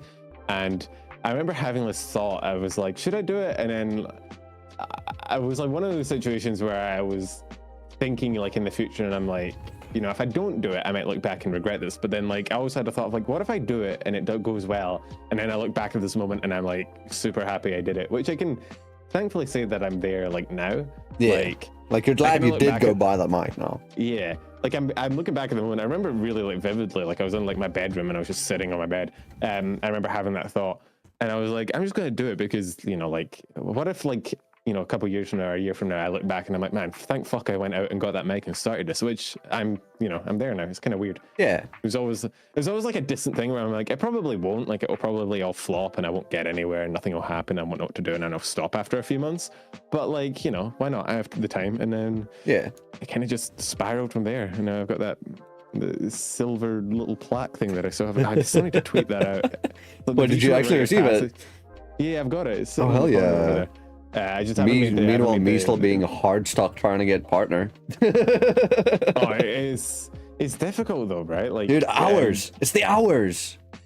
I mean, with only streaming, because I can't do shorts. I've discussed this with Lopi as well. I can't do shorts. It's so fucking difficult. I don't have the short brain. Shorts are not good for like, well, they weren't when I was doing it, for like getting partner. You need like 4 million views in a month or something like that in order to get partner. I think it's in 90 days. Wait, hold up. I can check because I'm not partnered, so I can see the criteria. Okay. There we go. You can't anymore. I don't think I can. I don't think I'm able to. Let me check. So it would be, I know it's 4,000 watch hours in the 12-month rolling period, or oh my god. Okay, so for a full-on partner, right? This isn't the partner light where you have access to fan funding but nothing else, no ad rev. Yeah. For a full partner, you need 10 million short views in the last 90 days. So that's 3 months for 10 mil. I still don't get that. Like, even where I am now, I still don't get 10 million short views in 90 days. Yeah. So, I mean, like, I probably have at like over one period. I think like at my peak, I probably hit around that. But like, on average, I don't hit that. I've close, but not quite. So like, even for me now, where like shorts are like my main content and I've built up an audience around it, I would still struggle to hit that number. So as far as getting partner, shorts are not necessarily the best but to go for. But they're good for expanding your audience. Yes, and that can lead into more views on normal videos, which can then get into But shorts on their own probably aren't, unless you're like a Rin Penrose or a Lopi and you're getting like a million per short. Yeah. But yeah, no, I mean, still being hard stuck. Fucking, I've at least, there was a period where I was stuck at 3,200 hours. And then I got the job at the doctor's office, and it's full time, and I don't have the time to stream after anymore because it's admin. I'm an admin assistant, and it's so tiring, mentally exhausting. Yeah. So I don't get to stream anymore other than the show, because Fridays are short days. We finish at 1. Right, yeah, gotcha. So I'm not as tired, but even then I had to take a nap today to make sure I'm not tired for the show, because it happened previously, and I've not said this before, where I've been so tired on the show where I have to constantly mute my mic because I'm yawning, because just I've not had too much sleep. It's been a long day, and I'm just sitting in my chair talking to someone, but it's hard to stay. If you're tired, it's hard to stay awake when you're just chatting, because like you kind of just lulls you, and you kind of get sleepy, and then you're like, it's not like you're playing like Apex or a video game or something where it's like high action and got you super like hyped up. You kind of just you're vibing. So if you're tired, you're just gonna you're probably gonna drift off. But I get that. Not to mention my music playing in the background, which is chill as fuck. I have a similar taste. There's some VTubers that like stream with like heavy metal, and I'm like, I can't do that. If the music in the background is too like prominent, I can't think. I can. I can. I do that for art streams where I have a cyberpunk music playlist, but this one was a gift from a music company where they made it. I'll just DM'd you the link, where it's like, it's literally my name. The song is my name. So I'm like, cool. I'm going to use that for the show. It'll be the BGM. It can play, it's because, it's lo-fi type shit. It works for just BGM in a podcast. Like, why the fuck not? And then there's not that dead silence when it's just us speaking, because I don't like that. When it's just dead silence between two people speaking in the background. If you're gonna watch something, at least. I can't stream with silence, honestly. I can't do it. It's I need something there to fill the void, or I can't do it. Yeah. But generally I'm not really a fan of lo-fi too much. Really? I love lo-fi. I don't know. I can get it. I can vibe with it, and if it's quiet in the background, and it's, you know, but I can't focus with lo-fi. Yeah, right, gotcha. I need something else to stimulate my ADHD brain. Lo-fi is too chill. I don't know. I'm the opposite. Like, I can't stream or think with like something in the background that's like too prominent. Like, I need it to be, you know, low, chill, and like just in the background where it's there and it's providing noise so that I'm not just hearing silence when I stop speaking, but it's not so prominent that it's like overcoming my thought chain, you know? Yeah. Because otherwise I can't stream. Meanwhile, me, yeah. I'll play shit like I'll play shit like this one, where this is a copyright free one, so it's fine, I can play it. No, I'll have it like at this volume. Yeah, see, I couldn't stream with this. It's too like, I mean, I probably could, like, it's not like it would cripple me, but I would struggle to keep my focus on, because it would just like, it'd be too prominent. Yeah. Yeah. But yeah, no, so I'm just like, yeah. it can get to that point where, no, I need more active music to keep me hyped up. Yeah. And, like, engaged. Yeah. It's just different vibes, right? Yeah. I like my streams to be like, or I like my BGM to be like more chill and low down and like sort of in the background. Yeah. But I know like Zen and like Katie and whatnot, they tend to stream with like very, very loud music, which is cool because it fits their vibe, but you know. Yeah. It's another one of those things that each VTuber kind of has to pick for themselves. Yeah, but I feel like that one's more down to like your personality more, other than something that I think you pick. Yeah. What do you call it? It also depends on the kind of vibe that you're going for, right? Like, yeah, and also I guess it also depends on what you're doing, because like if I'm playing Yakuza, I'm not going to be playing BGM. But if I'm doing an art stream, or if I'm doing rigging on stream, then it's like, you know, I kind of have to focus, so I don't want 100% focus on chat, because if I 100% focus on chat, I'm not going to get anything done at all. Yeah, I feel that. I mean, if the game I'm playing is BGM, yeah, I'm not going to play BGM on top of the video game BGM, because that'd be dumb. Yeah. But especially if it's something like Yakuza with absolutely amazing music, if I have to say. Yeah.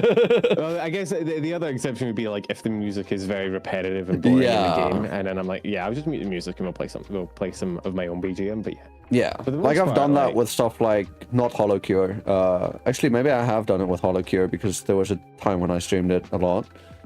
Yeah. And then, you know, that one song, oh yeah, the one song that they have. Yeah. The only single song that plays on loop every time you play fucking Fall Guys, yeah. Oh, Fall Guys especially, I have to play other music.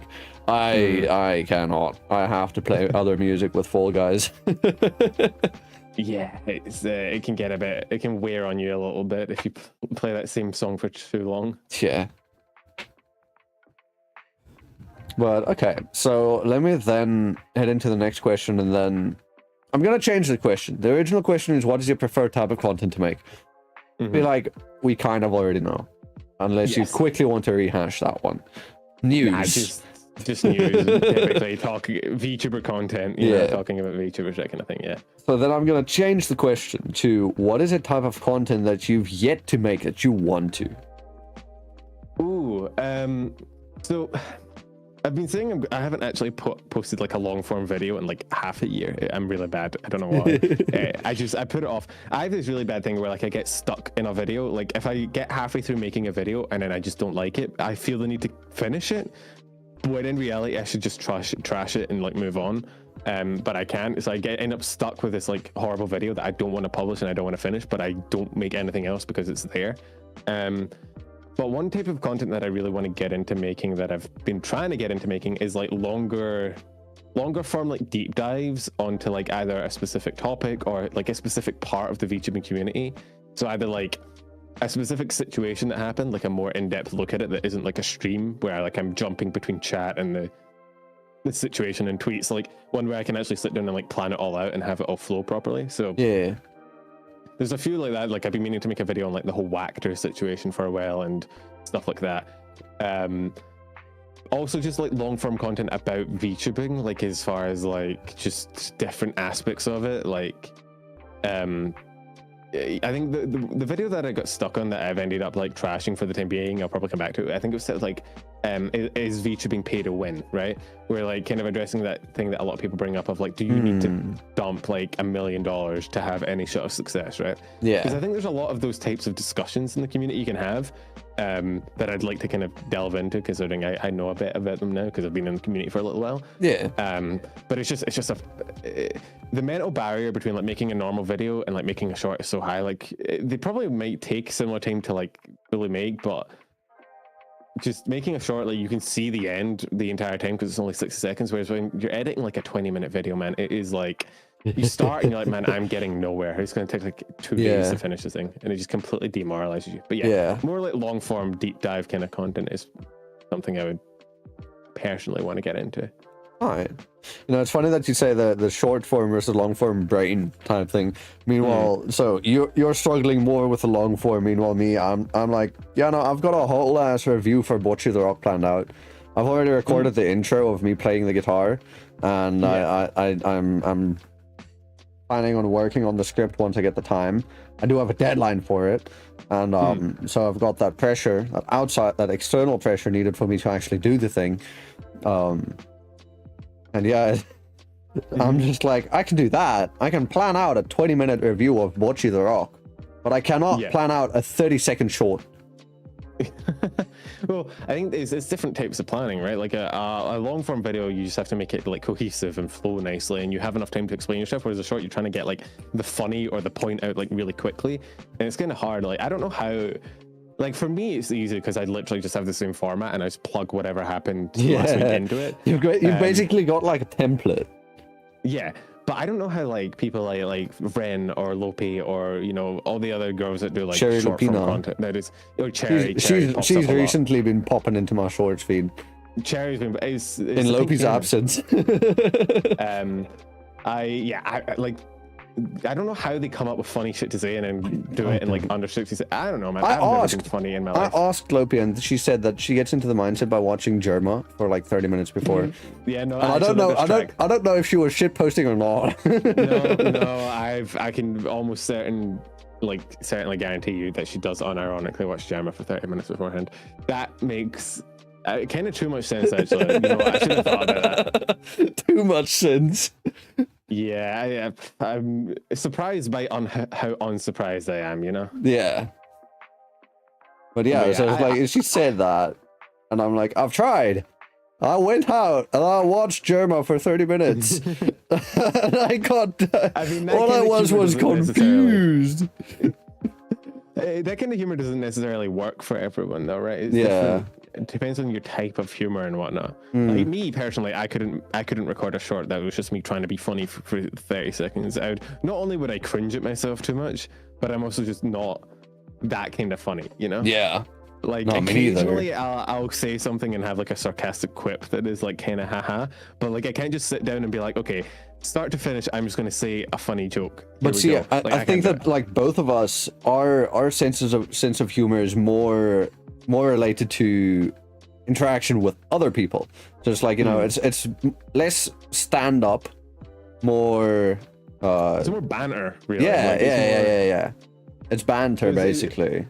A lot of things, yeah. So you need like a special kind of personality to be able to just like sit down and be like, I'm gonna record a short, it's gonna be funny, I'm gonna post it. And then like even if I did that, right? Even if I went through the whole process, I would never upload it because by the time I get to the end, I'd be watching it, I'd be like, this is just not funny.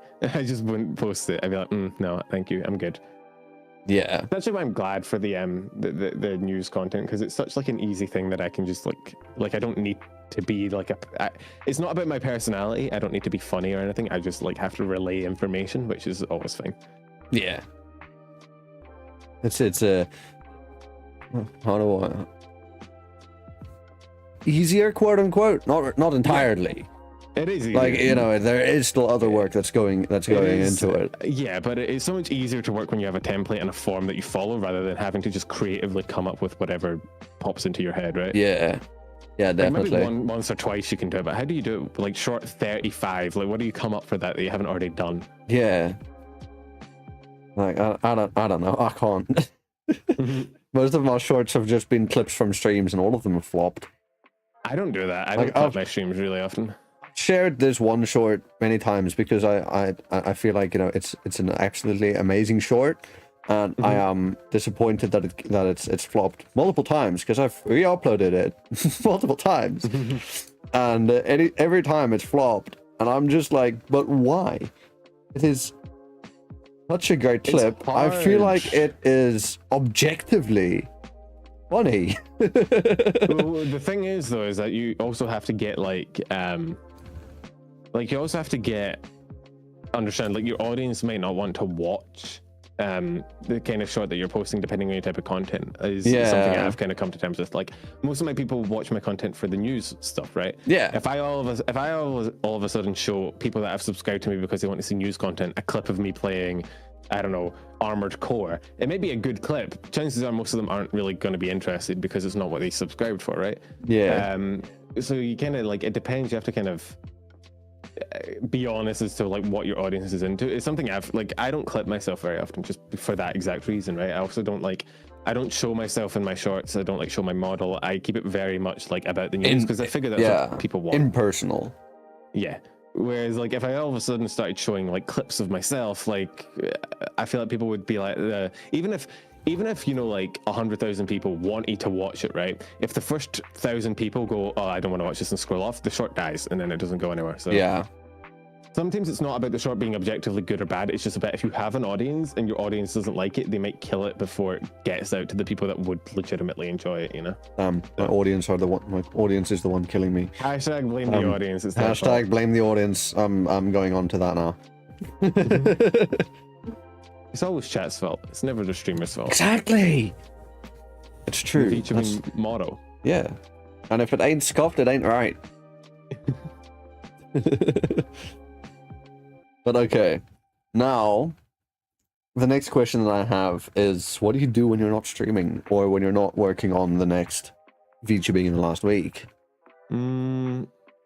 So I do stream on Twitch occasionally, which is like just me playing games with chat. It's a bit different from my normal content, which is why I do it on a separate platform. But when I'm not like streaming or content creating at all,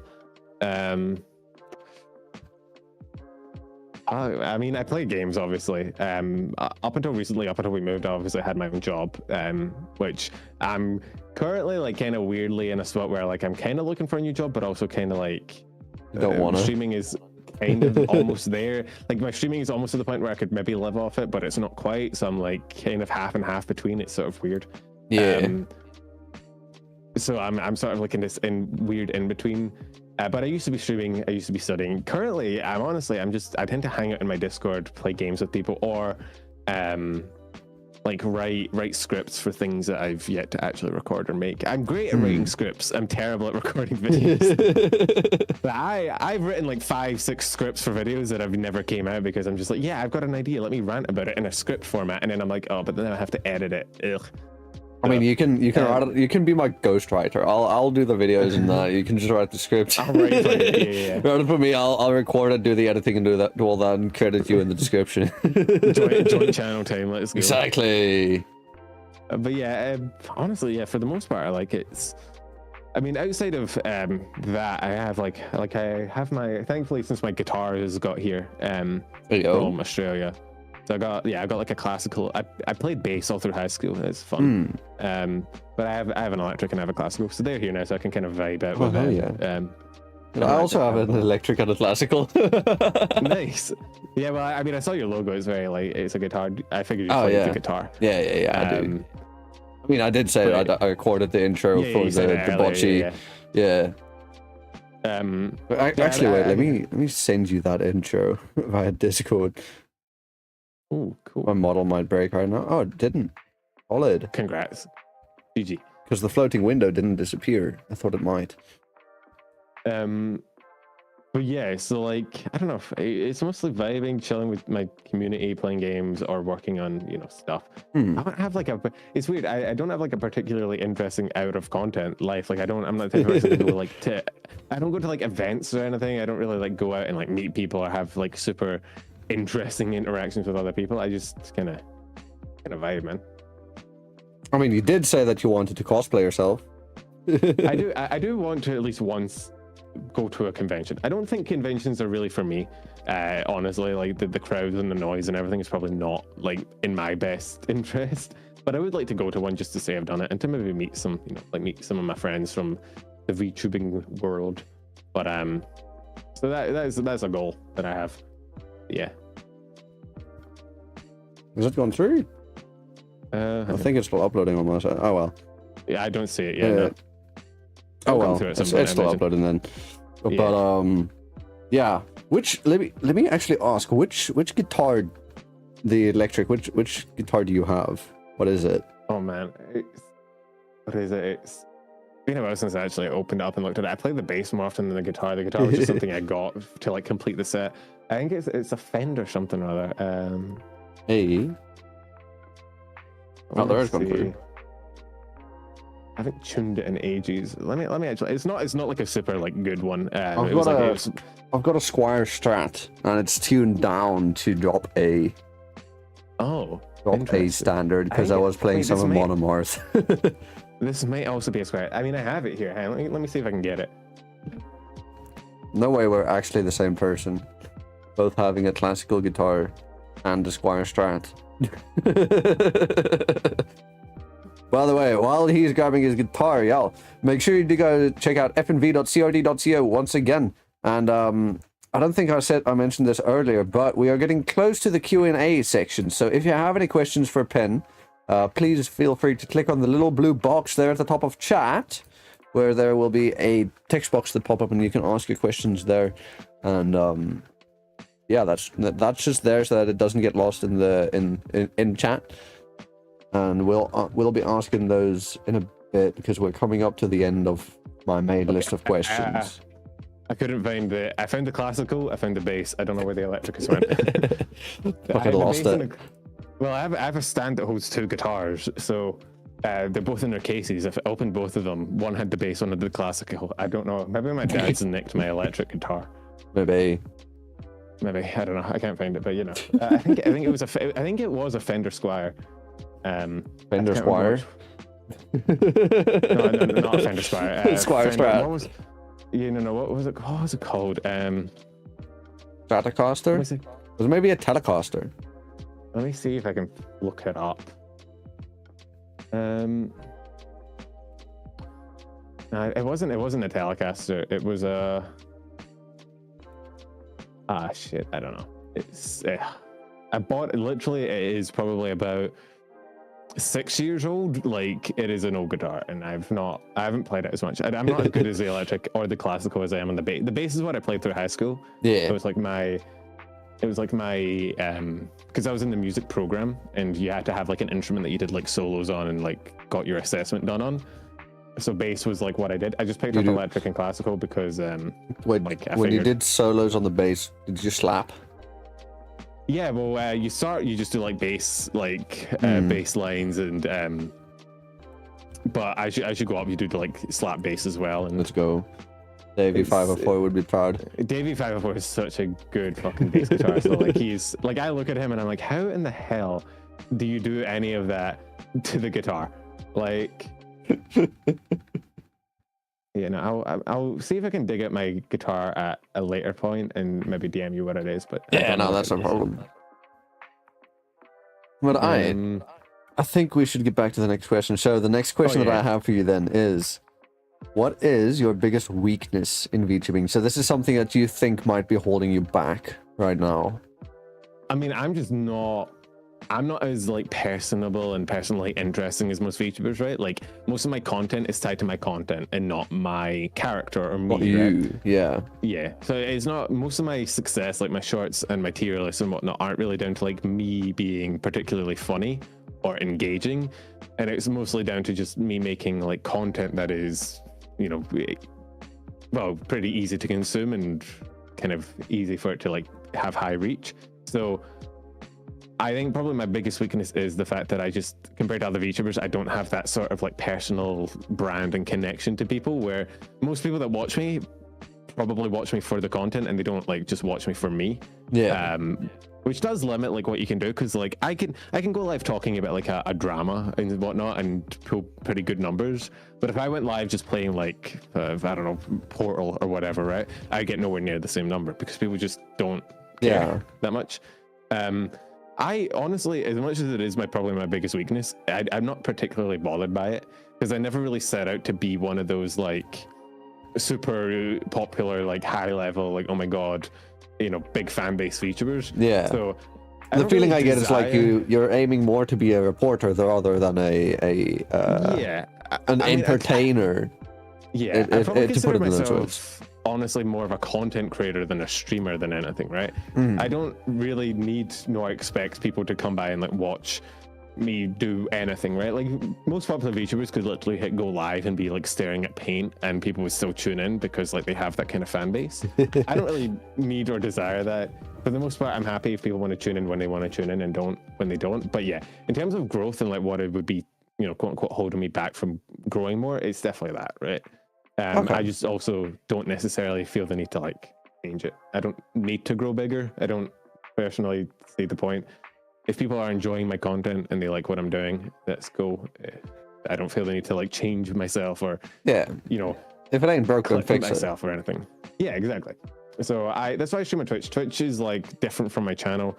It is like a chill place. I don't worry about like viewership numbers or like, oh my god, you know, only X many people are here, not Y many. Like I don't worry about that. I just play whatever the hell I want and I do what I want, and it's not tied to the main channel, so I don't like worry about it as much. Whereas like the YouTube channel is where the YouTube channel is what I'd consider like my main focus, right? It's where I put my content, it's what I do, it's where I stream my like the streams that I would consider to be quote unquote important. The Twitch where channel the money comes in. Yeah. Unironically, yeah. The Twitch is more just me vibing with my friends and like chilling with my community. Yeah, it's more a place for like, it's like a place for like the Discord people in my Discord, like the people in my community that I know by name, to kind of chill and hang out and we can vibe and play games more than it is about like being Twitch famous or whatever.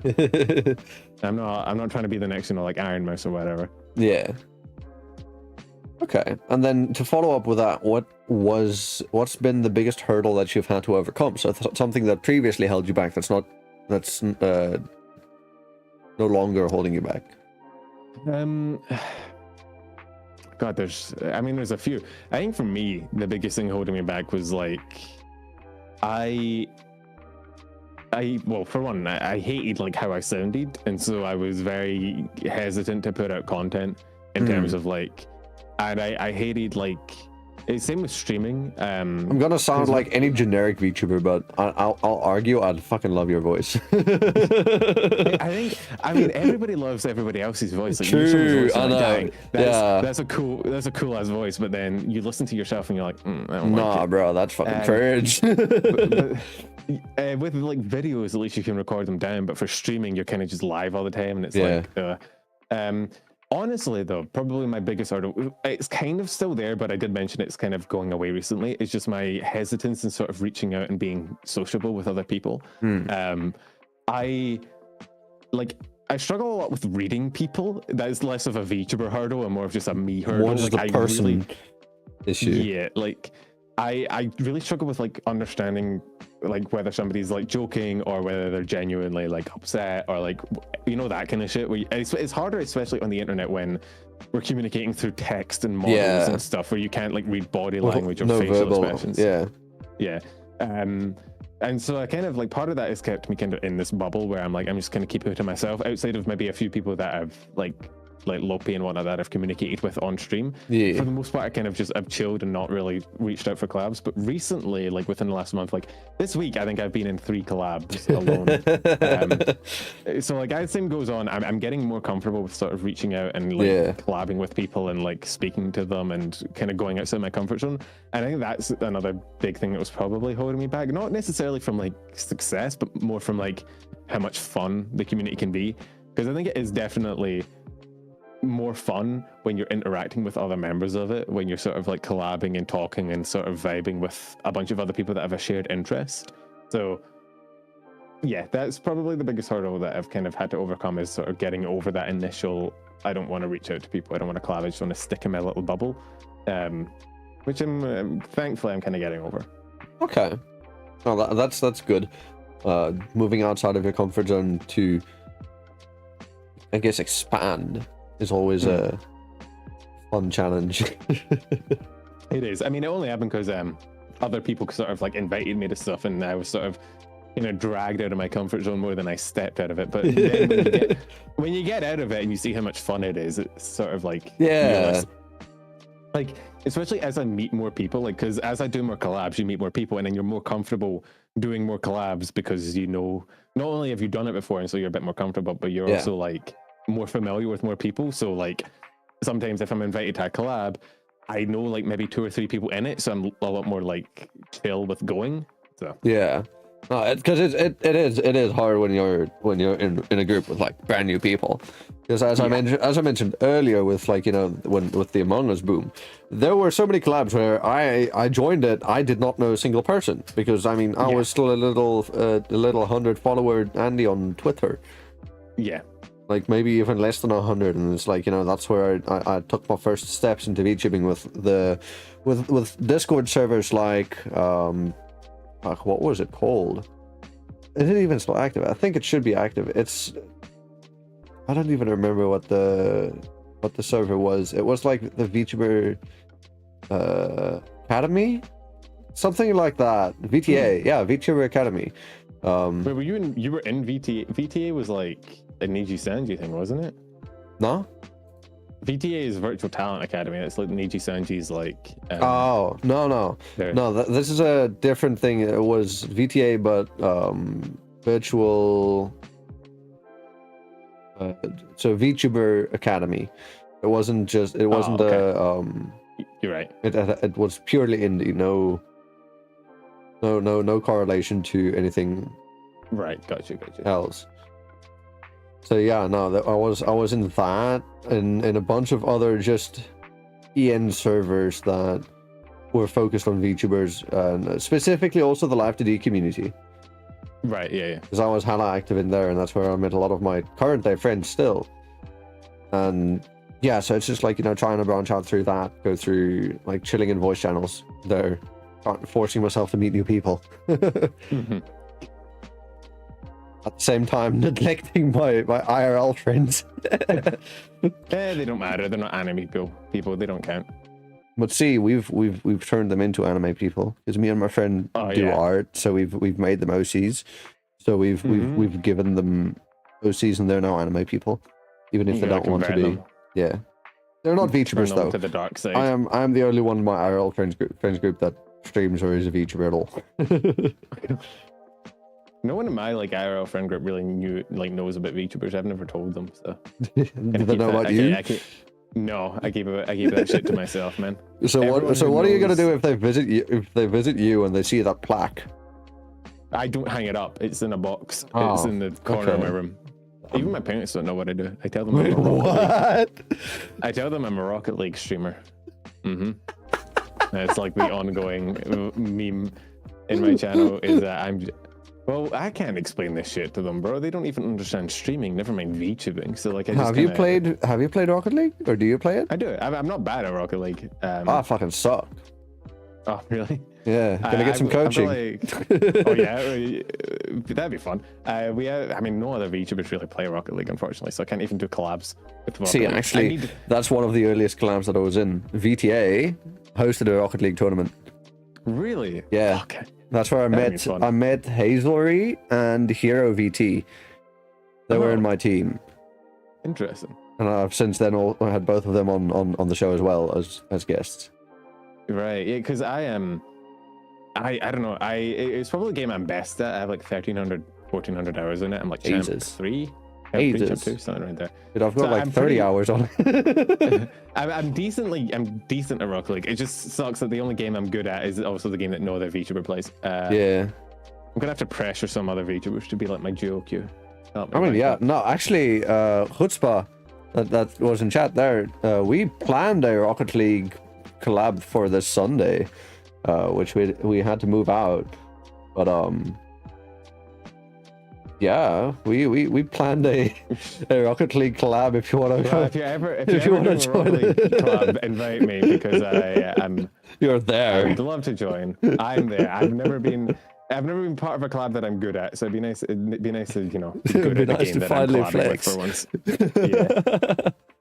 And then after that, I'll challenge you into 1v1s in CS:GO. Oh my god, yeah, so I can get my ass beat. What's fair is fair. Jokes. I still suck. I've never played. Yeah, I've stopped playing it. I'm now playing Valo. I've been converted. Obviously. I've been converted. I played Valorant a bit. I'm not very good at Valorant. I'm decent at FPSs. Like I'm pretty good at, like, in general, just in my aim. Yeah. But Valorant and like CS are they're so different in how they move and how they play in terms of recoil control and sort of angles and whatnot. It's a bit hard to get used to. So yeah. It is, yeah. Especially with Valo, you first need to get your fundamentals down before you can even try figuring out the different agent abilities, which is something that I suck at because my fundamentals are dog shit, but I can kind of know how to use my util on Yoru, Harbor, and Omen. Those are the three mains I play. Yeah, I just play Phoenix. Like it's British. Yeah. Is that the reason? No, it's just because he was like, I played Valor when it first came out, and I played him, and he was like he's one of the easier people to play, you know? Yeah. Like, mainly because he doesn't have smokes, and I don't know how to use smokes, and I feel like when I use smokes, I just piss off my team because I put them in the wrong spots. I take him. Yeah, that's fair. I don't use an aimbot. I get accused of using my aim's just good because I played so many FPS. It's the problem though is that like I've got good aim, but I don't have like the surrounding like the game sense stuff. Like I don't have the game sense of like angles or weapons or range and whatnot. So like if it's a one-on-one confrontation and it's about who clicks on a head first, I can generally I can do pretty well. If it's anything else and it's about like knowing where someone is or where they're coming from, I'm dead. Then I think you'll like the new agent that got that's been teased, and that actually his gameplay trailer released today. But his ult, right? You send it out, and the first person that it hits, you and them essentially travel to a fucking alternate dimension, and it's a 1v1 thing. So you start with 3 walls in front of you, and they start with 1 wall in front of them, and then there's like a 3-second countdown timer, and then the walls go down, so and then you peek and you shoot. Yeah. I need to get my new main. I'm actually probably gonna fucking play Valorant after this. It's been a while. What did you say? You want to play Valo after this? Yeah, well, I think if we tried to play with each other, our ping would be through the roof, unfortunately. Yeah. We'd have like 400 we only recently got South African servers. Cape Town servers, actually. Like, usually South African servers are located in like Gauteng or Johannesburg. Yeah. And but Valo, nah, they said fuck you to the rest of South Africa. They put servers in Cape Town. Let's fucking go. I play with 3 ping right now. 3 fucking. When I was in Australia, because all the Australian servers are in Sydney, yeah, and I was in Western Australia, which is basically on the other side of the continent. Yeah. So even at my lowest ping, I was still getting 70 using the closest servers. But a lot of games like MMOs just didn't have Australian servers. Like I remember when. Yeah, then you usually play on Asian servers. Yeah, but do you remember Lost Ark? Yeah. They didn't have Australian servers, and I think the Chinese servers or the Asian ones were like locked out, like because it's a different version of the game. So like I had to play on American, and it was like 300 ping, and I was like, "The fuck." Oh my! It's the good thing about moving to Scotland, honestly. Probably the best thing is just I just don't have to worry about European servers. Yeah, ping is no longer an issue. Yeah. No, honestly, I'd be down to try and play Valo with other VTubers as well now that I actually play it. If ping isn't that much of an issue, because honestly, that's a thing that's been keeping me from doing so many collabs as well. Like, I've been invited to Fortnite collabs and shit, and I'm like, yeah, sure, I play Fortnite. Not as much anymore. Like, I don't think I've touched it this year. But it's like, I'm down to reinstall it and play it a bit, but the main issue is ping.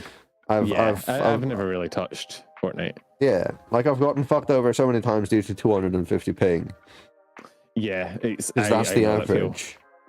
I think I remember when I was in Australia, I played. I don't know if do you know Smite? I know of it. Never played it though. Yeah. So the Smite is like a MOBA, but it requires like actually like aiming because it's like a third person, right? I remember I played that when I was really like young, teens, right? Early teens. Before I really got into gaming, before I had a proper PC, I was on my laptop, and I was playing with a guy in Britain. And this is before I really kind of knew about like ping properly. Like I didn't have Cheetos running through my veins yet. I wasn't a certified gamer TM, so I didn't really know about like ping issues and whatnot. And so I was playing, and I just remember being like, man, I can't hit anything. I'm so bad. I couldn't play ADC.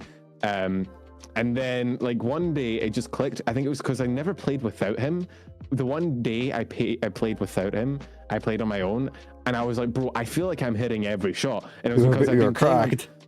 I was playing on like 400 ping because I was connecting to the UK from Australia. Oh no. And it was only after that I noticed that, like, yeah, when I was clicking to shoot, it was like a half a second delay between actually shooting out. So yeah, ping is hard to counter. Up until like 100, you're fine. I think. Yeah. No, up until 100. It's something that bothered me about Aussies recently, right? They got upset that which game was it? Which game came out that didn't have Aussie servers? I think it was Friends versus Friends, or it was something else. It was a party game. It's a party game, and it came out, and they didn't have Australian servers, and all of the Aussies got up in arms. They fucking review bombed the game, and all because they couldn't play with 130 ping. And I'm like, what? Depends on the game, but yeah, I mean, it's a party game though. Yeah, I mean, but some party games have like, I don't know what game it was. It depends on what the mini games are. But yeah, I mean, if it was like Mario Party, you hardly need ping for Mario Party. No, it was a game. Think of like, have you ever played Gang Beasts? Yeah. It's a Gang Beast type game. Oh, okay. Yeah. That type of party game. Really matter. Yeah. Why are you getting upset about not having Aussie servers? It doesn't matter that much. Because we always got fucked over by servers. We never had any. Okay, well, you still have more than South Africa does. That's true. Yeah. Stop complaining. Yes, it was Party Animals. Thank you, Chucks.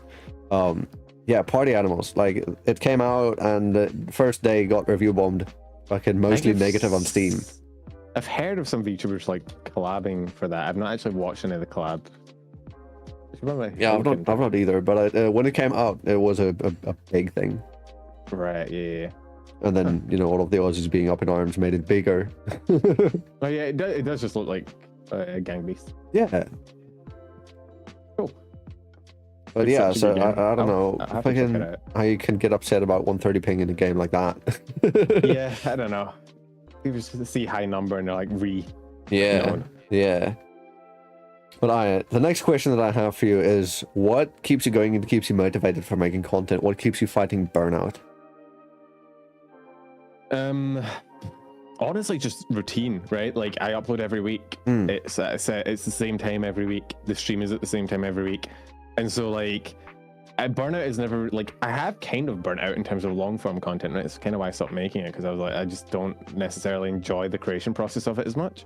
But like, in terms of general content and like streaming, I just have a kind of a schedule that I stick to, right? And when you know that you need to upload a short every weekend, you need to be live, half an hour after that, and you have it scheduled, like you've been doing it for weeks straight, it's very easy to just keep in the routine and keep doing it. Oh yeah, definitely. I think burnout I think happens mostly when like you're on the grind and you're making new content and you're like trying to push out new things and do new things and like new games and you like music videos or whatever it is your type of content is, and you're trying to push out too much and you just can't think of enough, and you sort of, the things you're thinking of aren't shit that you're really passionate about, and so you just burn out because you're trying to force yourself to do more than you can realistically do. But for me, as long as I keep that schedule and I stick to it and I only do that, I don't see myself burning out from that, at least. Yeah. But I mean, it happens. Like, I stopped doing the tier list as much because I was burnt out on those because they were the same every week and I was trying to force myself to do them. So there is a limit. Like, if you tried to force yourself to keep doing something on a schedule, but the thing you're doing is like horrible, even that won't save you. But the news is interesting enough and different enough week to week that I'm pretty fine with it. I don't really feel burnt out from it. Do you have ADHD or no? No, I don't. I have autism, but I don't have ADHD. It's like the one bullet I dodged. Oh, okay. The one bullet. Yeah. Well, I think I have every other aspect of the tism, but I don't have the hyperactive one. Everyone else I speak to in the VTuber community has it though. It's like a very common thing. Yeah. No, I've also noticed that where it's like you chuck a rock, hit 3 people. Jingle your keys. Jingle your keys. Fucking half of the community looks at you. That's what you could do for your shorts from now on. It's just like jingling keys every 3 seconds. That's not the first time that's been said on this show. I don't remember who we discussed that with previously, but yeah, no, that's happened. We've discussed that with like just jingle the keys every 3 seconds. You know, have a thing on stream where it's like if you're talking, then just wait. Oh my god. My mic's cutting that out on OBS, but not when I'm speaking. I can hear it. Yeah, I know you can hear it. But I've got more filters and stuff on OBS. Even on your mic, I've got filters. All right. I run my mic into Discord through OBS. Interestingly enough, like I have all the noise gates and filters and stuff on OBS, and then I just feed the output of OBS into Discord. Does that mean that you always have like your OBS open when you're just chilling in the VC? Then I have open right now. If I close it, my mic wouldn't work. Okay. Which can be annoying sometimes, but is better than like having to worry about like your mic cutting out when you're collabing with someone, or you know. Yeah. A lot of VTubers I collab with, they have like the noise suppression on their Discord. Yeah. And Discord noise suppression is the worst because if you laugh or you scream, it just cuts you out. It really is the worst. Yeah. It just like completely cuts you out, and so you can't hear it. Yeah. So I just run through OBS, and OBS is a lot better. I don't really use noise suppression. I don't need to. I have a pretty quiet like environment. Yeah. I just have it on. Like on my guest things, I have 4 filters. I have a limiter so that you don't go too loud or too soft. I've got noise suppression as well for in case my guest's background is a bit noisy, then it doesn't come out on the on the show. Then I've also got a VST2 plugin, which with an EQ focused on the timbre of your voice. So wait, actually, let me change the screen. Let me change the screen and just show you. So it cuts out the very high and the very low, and boosts the mid and bass a bit. So there you can see that. So I've got this whole as EQ going. I can see my own like voice. Yeah, interesting. Oh yeah, because my voice is like most of it is like down the bottom, like. Yeah, because you do have like a deeper voice, but then there's still some of the highs. So I cut out this part because that is generally where the S's are. So if somebody has a whistling S, like sometimes I do, then that part, you cut that out a bit, and then there's other stuff. Yeah, I used to go hard on like audio at the beginning when I was like when I was making videos and editing and stuff. I used to like use filters and stuff, and then I found that I just was never happy with it. And I think again it was because I just wasn't happy with my voice. So no matter what I did, I was always just like, oh, I need to make it sound better. But at the end of the editing session, I sounded like an AI generated voice with all the edits. I ended up just making a rule for myself that like I had like very basic like EQ to cut out like noise and like the it wasn't even the S's, there was a weird resonance in my room that had this weird like high pitched noise at a certain frequency that I cut out. Oh, do you mean just like a constant static? No, it was almost like the noise. It was like a resonance, right? Like a specific noise when I was speaking, it like combined and it made this weird like high pitch like it wasn't a hiss. It wasn't constant when I wasn't speaking. It wasn't there, but yeah, I don't know. It was just there. I think they call it like a room resonance or something like that, where like the shape of the room makes it so that you a certain frequency can like be really loud. But so I cut that out and other stuff, but I kind of made a rule that like I wasn't going to fuck with the audio itself too much and try and make it sound better in terms of like my voice, because I just figured I had to get used to it, because if I kept trying to mess with it, it would end up just coming out all scuffed. So it was taking up so much time, because like I'd edit it at the start of the video when I was editing, and then like I'd get halfway through finished, and then I'd go, I want to change it, and then I'd change the EQ, and it'd all sound different, and I'd have to go back and re-edit stuff, and I just ended up being like, I ended up just being like, you know what, fuck it. I'm just gonna do the bare minimum and push it out. It's fine. Yeah, I mean, the bare minimum EQ is basically just, you know, cutting out the highs and the lows and boosting the bass and the mids a bit, depending on your voice. Yeah. Maybe you don't want to boost the bass too much. Like, I don't know, boosting the bass a tiny bit just makes the voice feel warmer. You got to do it. You got to get that corpse husband voice going. You know. You gotta yeah. Right down. Yeah. I don't know how he has. It's such a deep voice, man. I do. It's like, I know how he does. He's got acid on his lungs or on his throat. Oh yeah, well he said that, but then I remember people coming up and being like, "That's not 100%." I think he also just has a naturally deep voice. Well, yeah, no, he has a naturally deep voice and he's got acid on his throat. And almost, someone said he has acids on his throat. He wishes. But yeah, no, because I have another friend that has GERD as well, and his voice is also kind of low and kind of raspy. So it's just a thing. I mean, I used to get comments sometimes when I was doing the news, especially if it was like around Neji Sanji or Vox, right? Yeah. I had a few comments being like, man, I thought Vox was the one reading this, and I was like, I do not sound anything like Vox Akama. He is like several octaves deeper than me and also English. English, not Scottish. I think a lot of people outside the UK just hear vaguely British accent and they're like, Vox Akama. Yeah. Gotta be. They hear a UK accent, not a British. Yeah. It's either they either hear Vox or they hear Mr. The two British genders. Pretty much. Yeah. I guess I'm closer to Vox than I am Mr. But yeah, those ones are always funny. Who do people think of women when they think English accent? Oh, in terms of VTubers? Yeah, Ren. It'd be Ren. Yeah, it would be Ren. Fair enough. Ren has. It's not just because she has a British accent; it's because she leans. It's very. She leans into it. Yeah. And there's been a lot of like, I don't know if you've seen it. There's a lot of like British like anime girl collabs going on at the moment, right? Like you have like Kilia and Elia and Rin and there's a bunch of them all, and Aura. You know, GX Aura. Oh, wait, she's British. Yeah, she is British as well. There's been these collabs. They're playing like Among Us and stuff recently, where it's just all like it's a very British collab. So yeah, it's kind of funny to tune in and watch. I feel like it's weird. The Brits don't interact that much with each other. I think, well, that's just normal British behavior. Just normal British behavior. Yeah. I mean, it's weird. Like, I don't know like any other like. You know, I know there are other like Scottish VTubers. I've interacted with a few of them. I've got a Scottish VTuber friend. Yeah, there's a few, but like in terms of like, I know population-wise it makes sense because there's not many Scottish people in general. There's like 5 million of us, so like, and England has a population of like 100 million, so like proportionally it makes sense. But it's always weird that like when I see like British collabs and stuff, I very rarely see a Scottish VTuber in there. Unfortunate. Obviously, the solution is I need to become an anime girl and sneak my way in. You gotta do the sneaky beaky. I gotta get one of those voice changers that turns me into a girl. Sneaky beaky like. That's the other. Yeah, it is. All right, sneaky beaky let's do this all sneaky beaky like. That's the other Scottish VTuber that I know.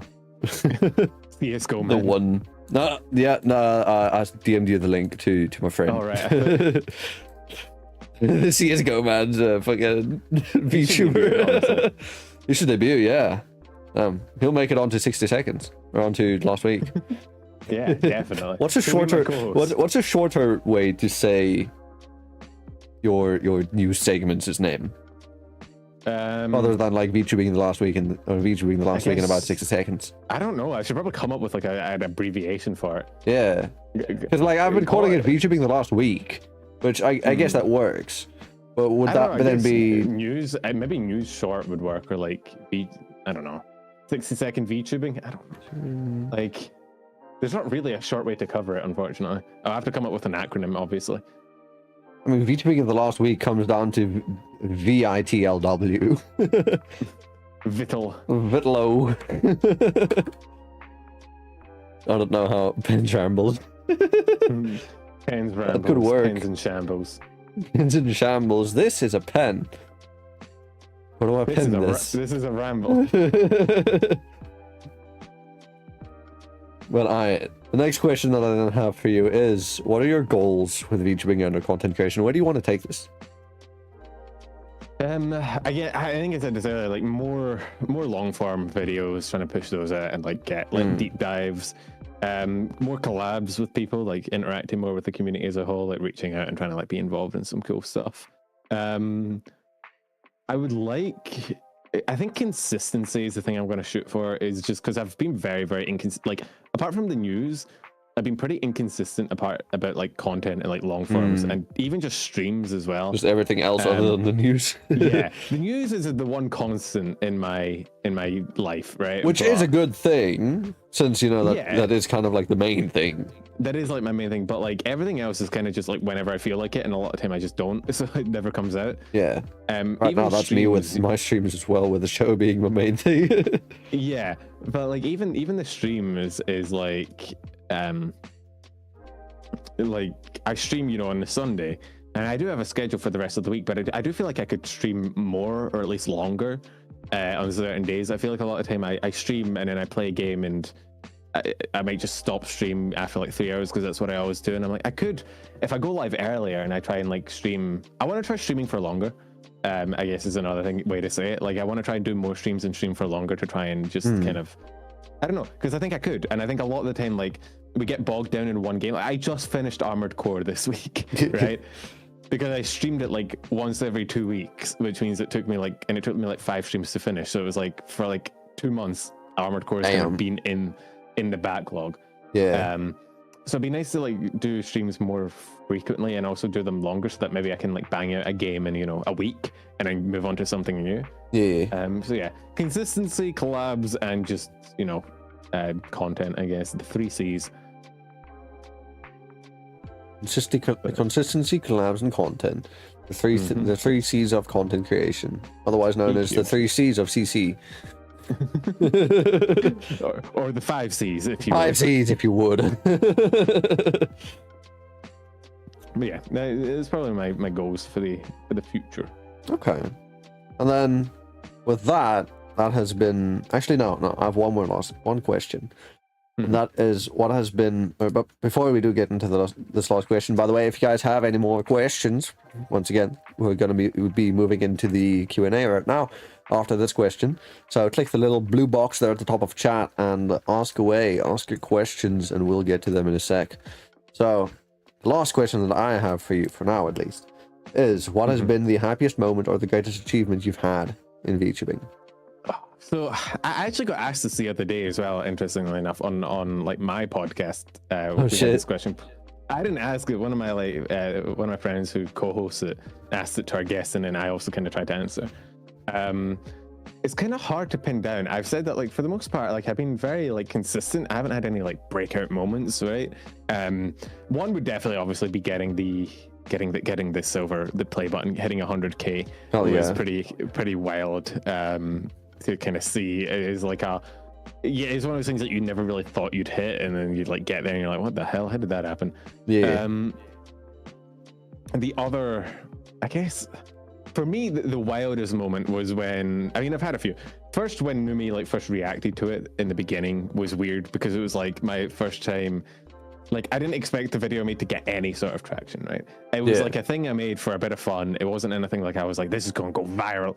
It was just something I thought was a cool kind of little content experiment. It was when I was still messing around, right? Yeah. So her kind of like Rex and Fillion. Kind of, yeah, similar, right?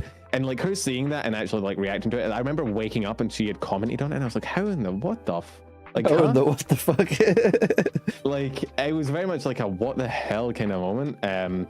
And then sort of that interaction, that was just cool to have, right? That whole, I don't know, it was kind of like a thing of like, you know, someone liking the content you make, finding it funny is a very like sort of fulfilling experience when somebody, like, especially the person that you like the content creator you like, when you make content about them, likes the thing you made about them, is almost like a fun little experience, right? Yeah. So there's that.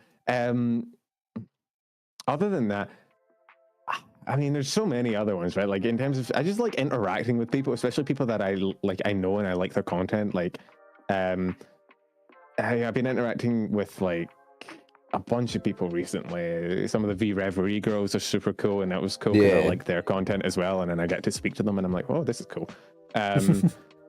Then also like the tier lists when they were coming out, and I got to like meme about with a bunch of my favorite creators on Twitter. That was also big. Like, I never thought there'd be a world where fucking Takanashi Kiara responded to one of my tweets, but that happened. That was weird. Like, that is a simultaneous high and like potential low moment because I almost had a heart attack. I just about died live, but I wasn't actually live. I was sitting at, I think I've said this before. I actually opened up my phone and I looked at my notifications and I had like 20 plus, and then I saw one of them was from Kiara, and I was like, not today, later. I'll think about a response later. And I went back to sleep. I was like, no, not right now. But yeah, not right now. I'm gonna put that on pause for now. I don't have the mental faculties to deal with that at the moment. I'll respond to this later. But yeah, no, just interacting with people like that you like content creators that you've enjoyed for a while, and like having the opportunity to sort of chill with them and interact and sort of banter is always a fun time. Being able to chat shit with people you look up to. Exactly, yeah, being able to insult them, and also just like making like friends as well, like just finding new people that I've kind of clicked with, and now like I kind of play games with and we kind of hang out and stuff. Yeah, it's pretty fun.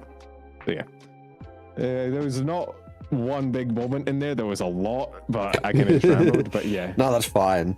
A lot of smaller ones I think might actually be better than one big one. You know, obviously one big one's nice, but if you've got many other smaller ones, probably the 100k. The 100k, the biggest like moment. Yeah, getting the shiny name.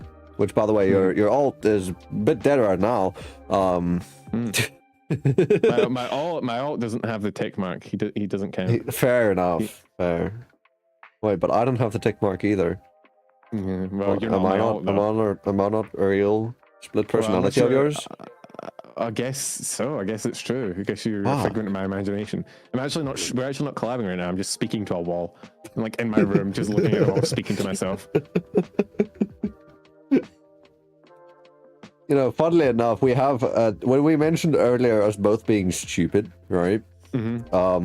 I neglected to mention that my community's name are the Cellmates, because in my lore I've been incarcerated, and I only have one brain cell, and everybody in my community we collectively share that one brain cell. So I need to say to anybody who is considering joining it, sorry for the inconvenience. Welcome to the hive mind. Sorry for the inconvenience. Got the wrong way around.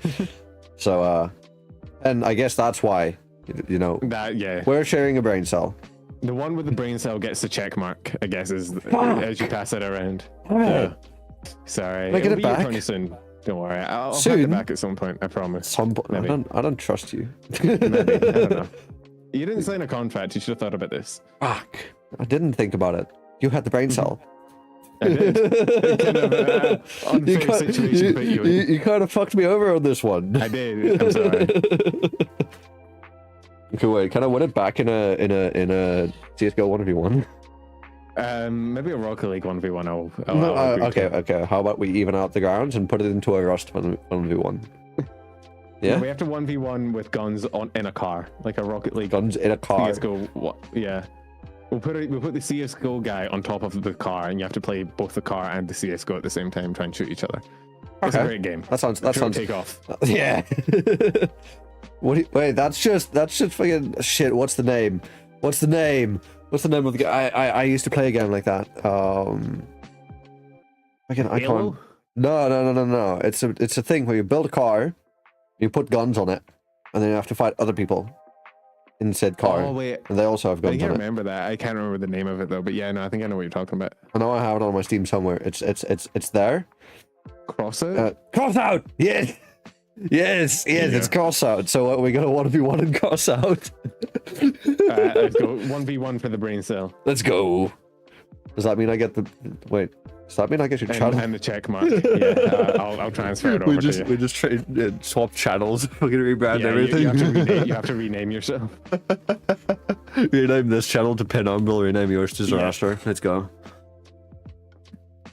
Imagine that. What would the 100, Pretty sure that, 100K people think? breaks. I'm pretty sure that breaks. YouTube viewers? YouTube. They would definitely ban the channel, but yeah. They would, yeah. They think it's been hacked. Probably. But actually, you can rebrand, though. Just say you rebranded and somebody else is taking over, you know? I think letting someone else take over a channel is also against TOS, though. Oh, well, heck take that. I think. Well, anyways, shall we get into the Q&A then? Yeah, sure. Let's go for it. Okay, so before we do that, once again, just real quick, go check out fnv.crd.co for everything to do with the show, and go check out my wonderful guest, Penumbral.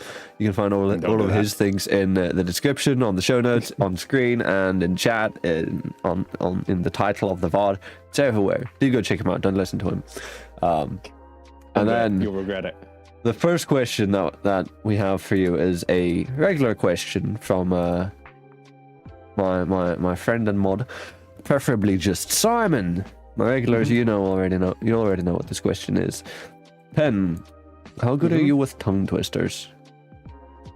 Not very, but I'm willing to give it a shot. Okay, so do you want me to try this tongue twister in a Scottish accent? Go for it. Alright, the question is, how much wood could a woodchuck chuck if a woodchuck could chuck wood? That wasn't really in a Scottish accent, but I don't know how to do it in a Scottish accent. How much wood would a woodchuck chuck if a woodchuck could chuck wood? Yeah. The have you heard the Betty bought a bit of butter one? Wait, no, you first have to give me the answer. Oh, 69. That's the question. 69 is wrong.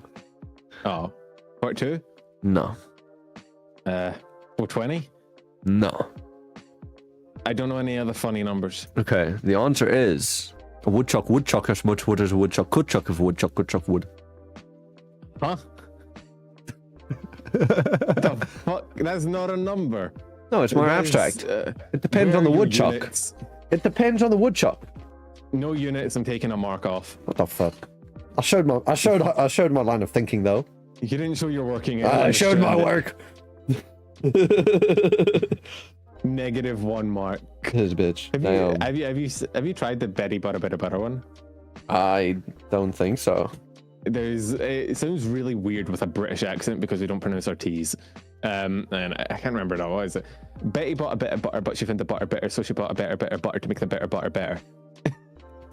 it's the weirdest shit. Wait, Betty? There's a full. Actually, let me look up the full version. I've got it. Betty bought some bit of butter.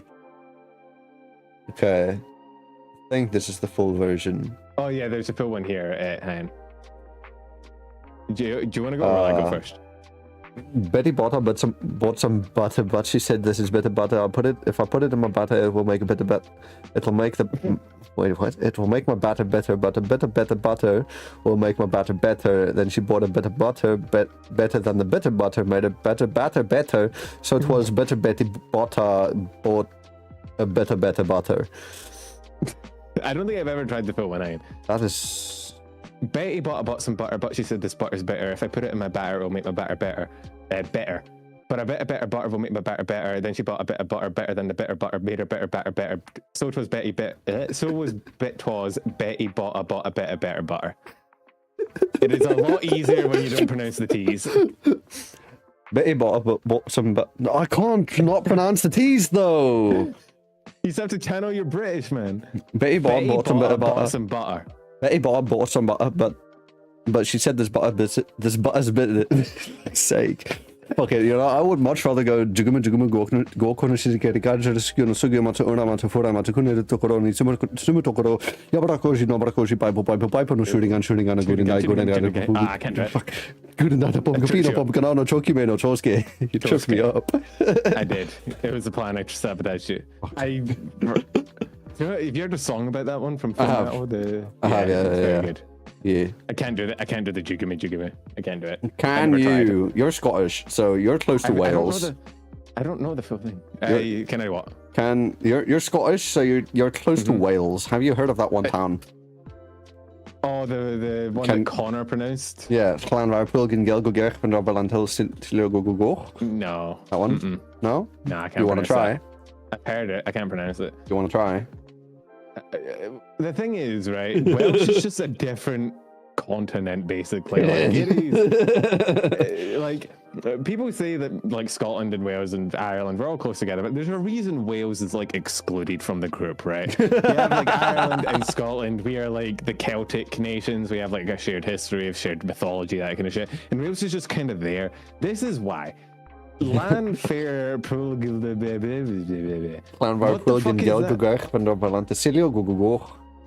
You see, there's no O's in there. It's just L's and Y's. Like, they're the unwanted middle child of the United Kingdom, and this is why.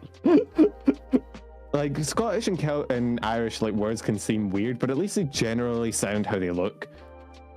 What the fuck is this? Who came up with this and why? See, there's this one town in South Africa which has got a similarly long name. And this is the name. I'm DMing it to you on Discord. Okay. That is the name. What the fuck? That's a Pokemon, bro. You want to try saying that one? Twee Buffels Meteen Slagmore Stoge Kiet Fontaine. Okay, that was a solid attempt, not gonna lie. I rate it. But the way you actually say it is twee buffels met een skoot mors doodgeskiet fontein. You sound Russian. Like when you speak like that. It sounded kind of Russian because you had that whole like. Have you seen? I think it's a Trevor Noah joke where he says that like it kind of sounds like a DJ's like playing like the reverb. It kind of says that. You had like there's a sort of weird cadence in it when you speak like that. It's kind of interesting. Like, I mean, I can do a Russian accent. Like, wait, let me try reading that in Afrikaans in a Russian accent. Okay.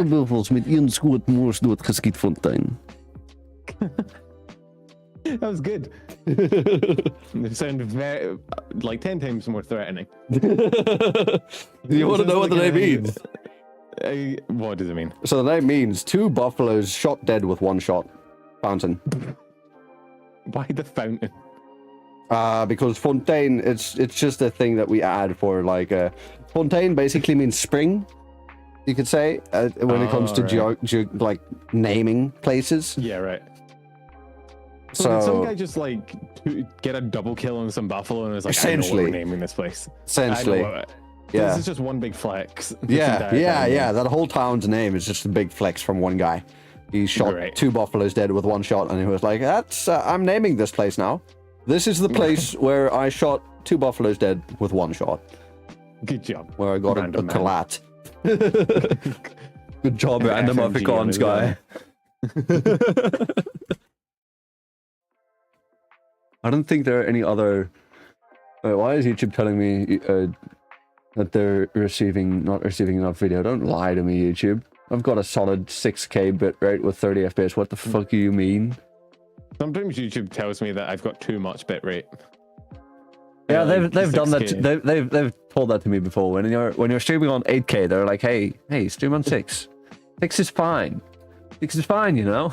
Sometimes I stream on 6 and they're still like, no, too much. You have too much bitrate. And I'm like, what do you want me to do? This is your job. Throttle it. Come on. Throttle it. Do it. Do it. Throttle it. Another name that I know how to say. You've probably seen the short. That one guy who's asking, "What's your name?" And then he goes, "My name na of web and you twin web osas." Yeah, that guy. I've seen that one. That's a classic video. There's a new one that came out recently. Really? Yeah, and I don't know. I think that one's more fucked up than of web. And it's like it's the same. It's basically the same guy, just younger. Oh. Let me look it up in my watch history because I saw it in my sort. What is your name? I don't know. It was such a weird town. Let me just look up name because that one didn't work. Worst name ever? No, not that one. September 2nd. It's not there. Okay. Well, I guess I ain't gonna find it again. But no, it had like a in the middle of it. Like literally right. that sound, and there was a lot of S's.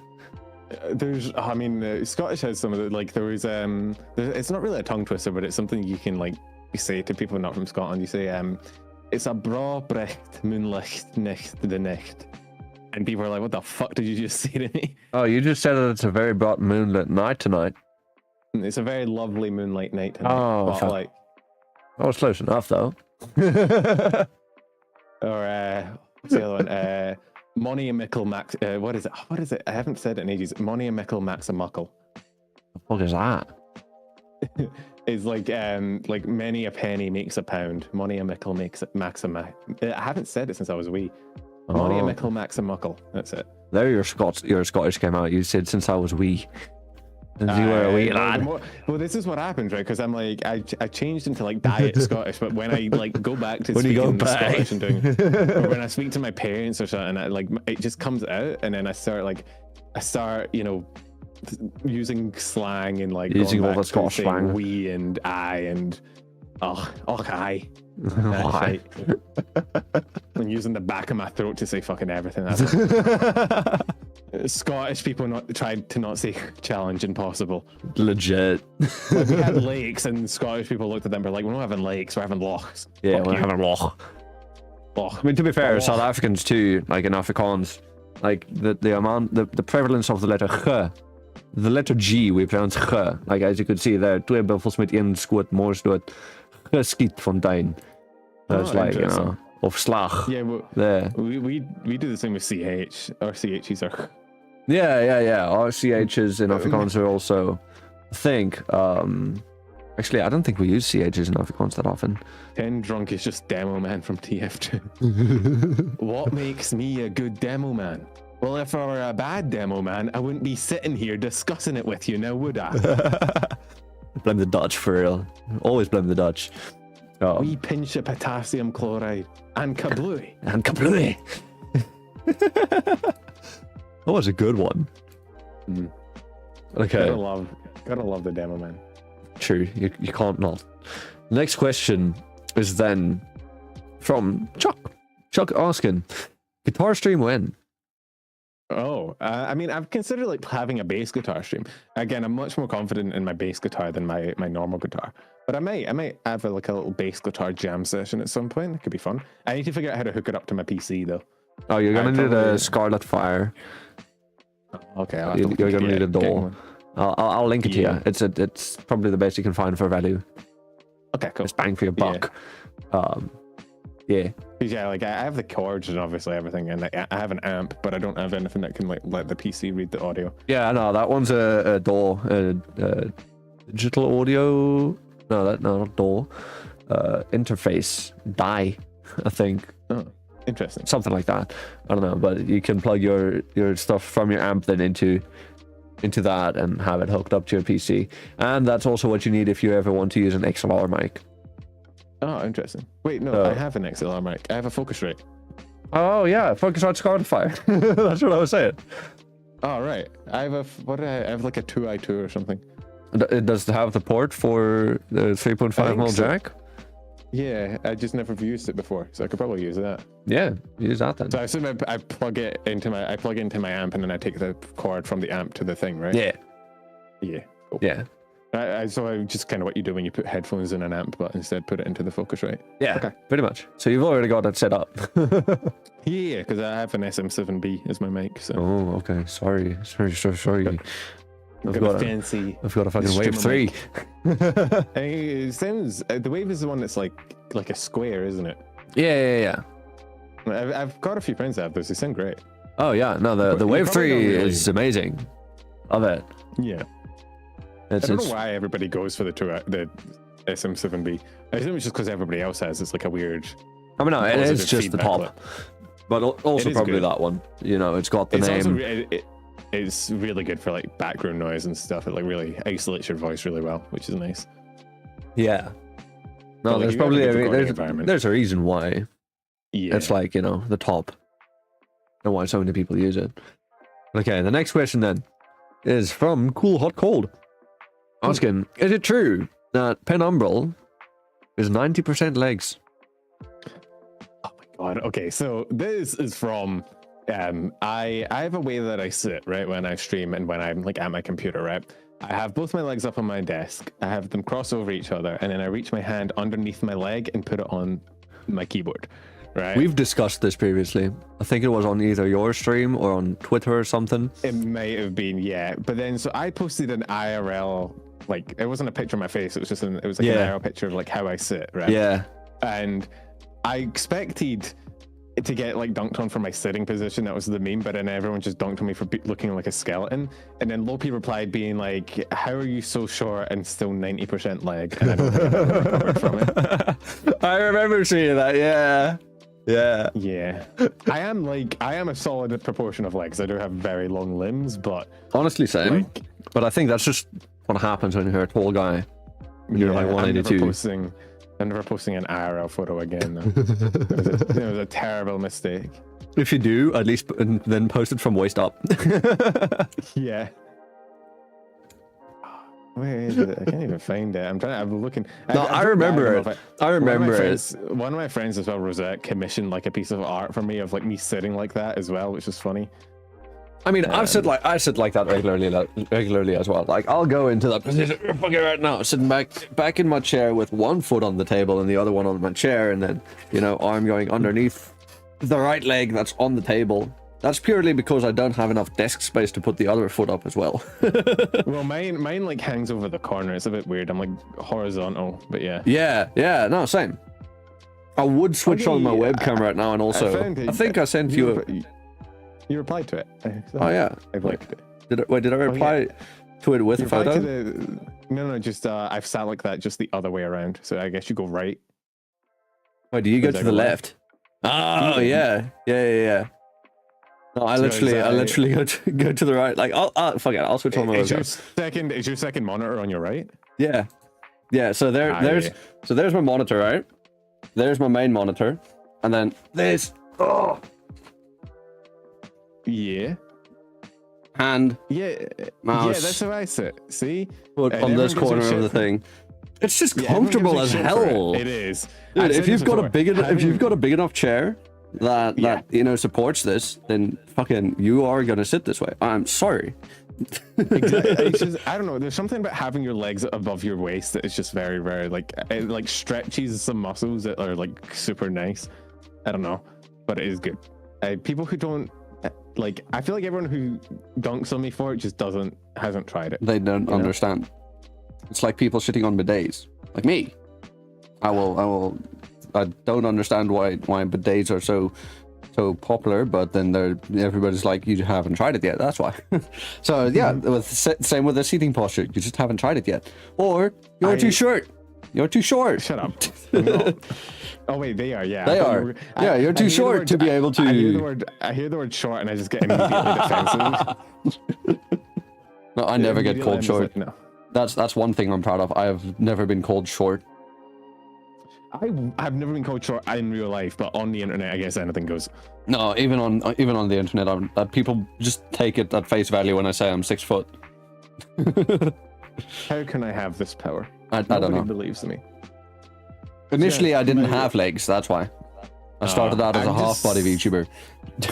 Right. I'm gonna just go to that's my one reason for going to a convention, is so that I can prove that you're like stand next to all the people that called me short and be like, yeah, fuck stand next to Numi and Shy Lily. Isn't Shy Lily like 4'10" or something? Yeah, dude, standing next to Shy Lily will make you look like a fucking giant. You look Dutch. I think anyone standing next to Shy Lily would look Dutch. Fair enough. That is a very good point. I mean, the VTuber average height, I think, is unironically like 5 foot. Like, so many of them debut in like 5'1", 5'2", or 4'10". It's wild. Yeah. And I think Lopi's like 5 feet as well. She is, yeah. I think she told me she was 152 centimeters. Fuck, man. What the fuck? That's tiny. I'm literally an entire ruler taller than her. She can shop. Legit. You're an entire fucking ruler. I'm an entire ruler above her. Don't take my word as no, that's I'm speaking under correction. That's canonical now. Oh, I don't okay. care what she says. She's that is- 152 centimeters now. Yeah, that is. Make sure you factually credit me accurate, 'cause then, in that case.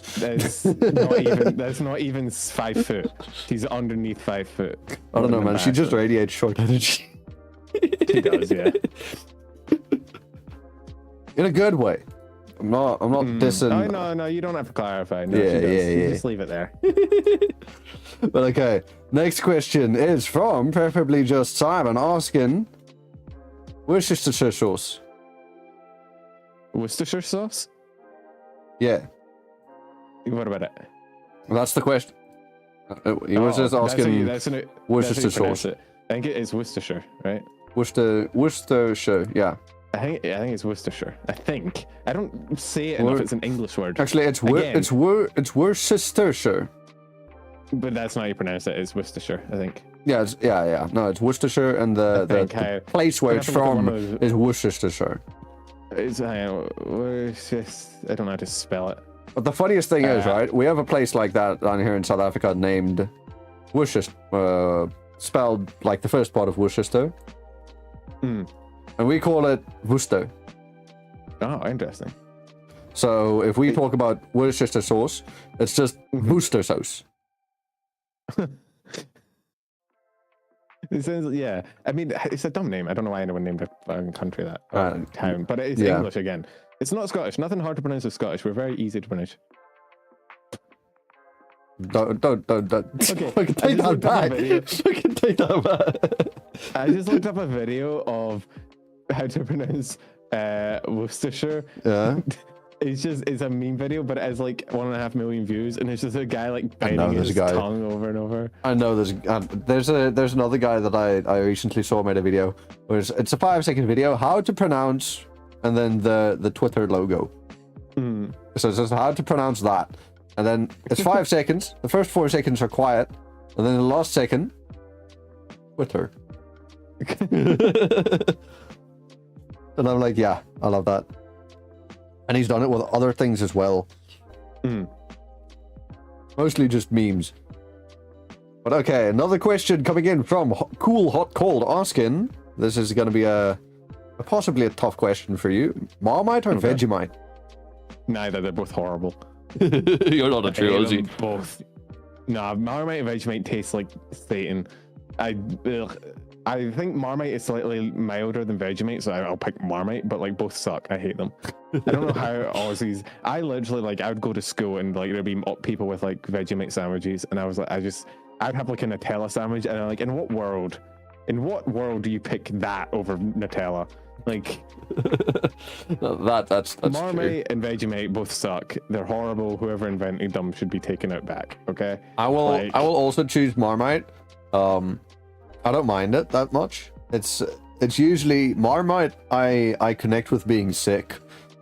No. Because whenever we had a flu or anything like that, we wouldn't be allowed. We wouldn't get normal dinner. So it's like if you're sick, you get 4 slices of toast with butter and Marmite on it, and you're not getting the fancy food because you need to heal. So it's like what even is Vegemite made of? Like. I don't know. I don't think I want to know. Made from leftover brewer's yeast extract. So like the shit people use to brew like alcohol. Beer, yeah, they take the leftover yeast from that and are like, I know what we do. We just put this in a spread and put it on more fucking wheat. We take the yeast extract and we put it back on the bread, except it's worse. Good job, Australia, you fucking idiots. Marmite is better, though. What bright mind came up with that idea? Oh, I love the way you just said bright mind. Bright mind? What bright mind? What fucking bright mind came up with that idea? That's how you get the Scottish out. That's how I'm going to get the Scottish accent from now on. Fuck, there's been a murder. I'm going to be like, what fucking bright mind? It's the angrier you get, the more you default back to Scottish. No, for real. It's actually legit. The natural accent of everyone. It's just the Scottish people. Scottish when getting angry. Like, oh, what the fuck you are talking about? I broke my grammar a bit there. That's how angry I got. Get out of my swamp. What the fuck are you doing in my swamp? This is one F-bomb in pumpkins. Shrek. How does Chuck's like Vegemite but not like chocolate? Fuck out of here, bro. What? Okay, Chuck. That's a terrible taste. Chuck, your opinion has been discarded. Your opinion card has been revoked. However, I do agree with Chuck's opinion on this one. The question being, when is the merch drop? We need the Penumbral bobblehead. I mean, I'd have to look. I don't even know how to go about getting merch, bro. I don't even know where to. I have no idea. I mean, I know Lopi has merch. I'd probably ask her. I mean, I can hook you up. Like, if y'all just quickly do a quick one check there. Is it gonna load? There we go. By the way, Hectic merch is out, boys. Go check out my Hectic hoodies. They're pretty fucking cool. I'm not getting a Daki. They're pretty fucking cool. You're not getting a Daki. Why not? Why would I? Dude, I've got a Daki in the works. I don't want to live inside anyone else's house. I don't want anyone to have a body pillow of me. Okay, but see, Pen, then instead of people living rent-free in your head, you can finally live rent-free in theirs. In fact, no, they actually paid you to live in theirs. Secretly, I'm sneaking inside the Daki and getting shipped to their house. I'm like, well, I live here now. This is mine. You can move out. Damn. Yeah, you bought the Penumbral Daki. You didn't know it actually came with Penumbral. You bought a Daki with Penumbral in it, on it. Yeah, you really should read the subtext, honestly. It's in the fine print. Yeah.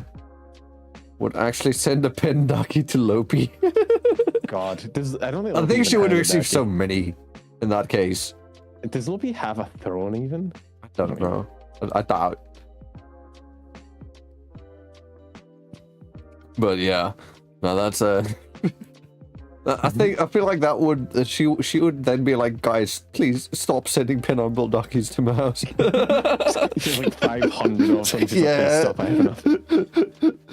She starts collecting Penumbral Duckies more than she's collecting Red Bull cans. It does have a throne, so you can put it up there. You can put it on the throne. That's my long con evil villain strategy, to release a Daki so that we can put it on our throne and then let's send go. it. And then buy so many. But alright. The last question is also from Chuck, asking, have you ever played Dead by Daylight? And if so, could you stream it? I've not played Dead by Daylight. I've seen other people play Dead by Daylight. I'd be down to stream it. I mean, it's spooky month, right? It is. The community, I have a community games night every Saturday, so tomorrow, where we play like games with the boys, you know, like getting Discord VC, and we play like it depends what it is. Could be Siege, could be like Monopoly, fucking depending on the day. I'll be down to teach you. For DBD. Yeah, are you big into Dead by Daylight? I used to, but I got tired of ping. Fair, valid. I got too tired of vaulting a window, fast vaulting a window where I'm not supposed to be hit, and then the killer just 2 meters away from me hits me. And then oh look, I'm dead. I lost my life. I've seen a lot of VTuber collabs on it. I've seen a lot of clips. Oh yeah. I'm in a friend group popular. Where one of my main friend groups, we literally all met on Dead by Daylight. And it brought us all together. So yeah. Shout out to my bingies. There's a lot of big Dead by Daylight groups out there. Oh yeah, definitely. But yeah, no, I'd be down to teach you. I'm not good at the game. But I can teach you the fundamentals.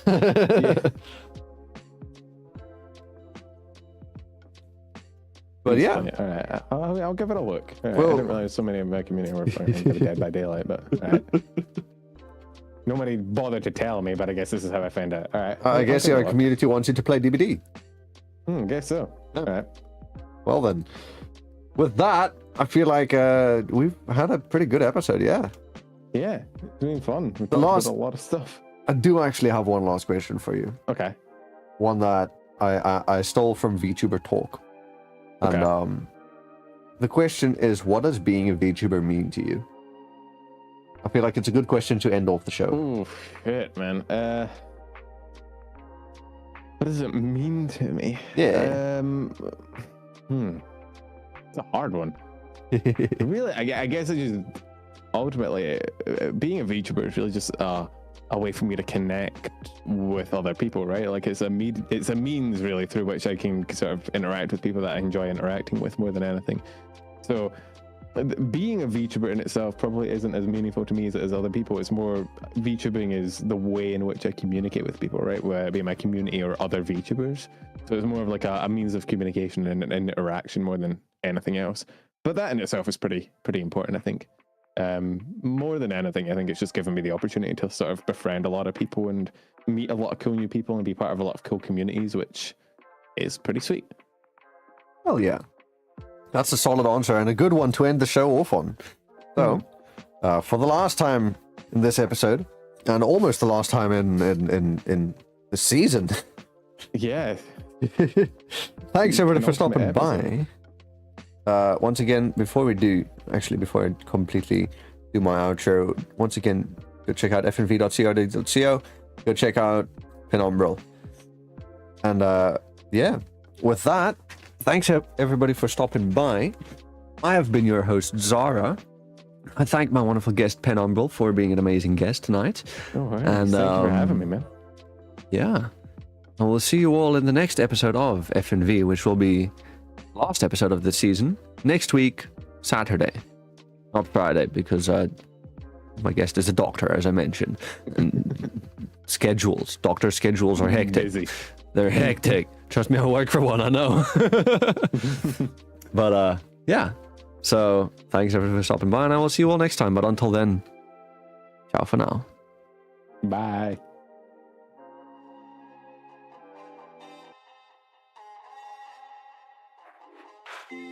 Sun goes down, our spirits free. Nothing left but our energy. By the way, y'all, don't click off just yet. We are writing out.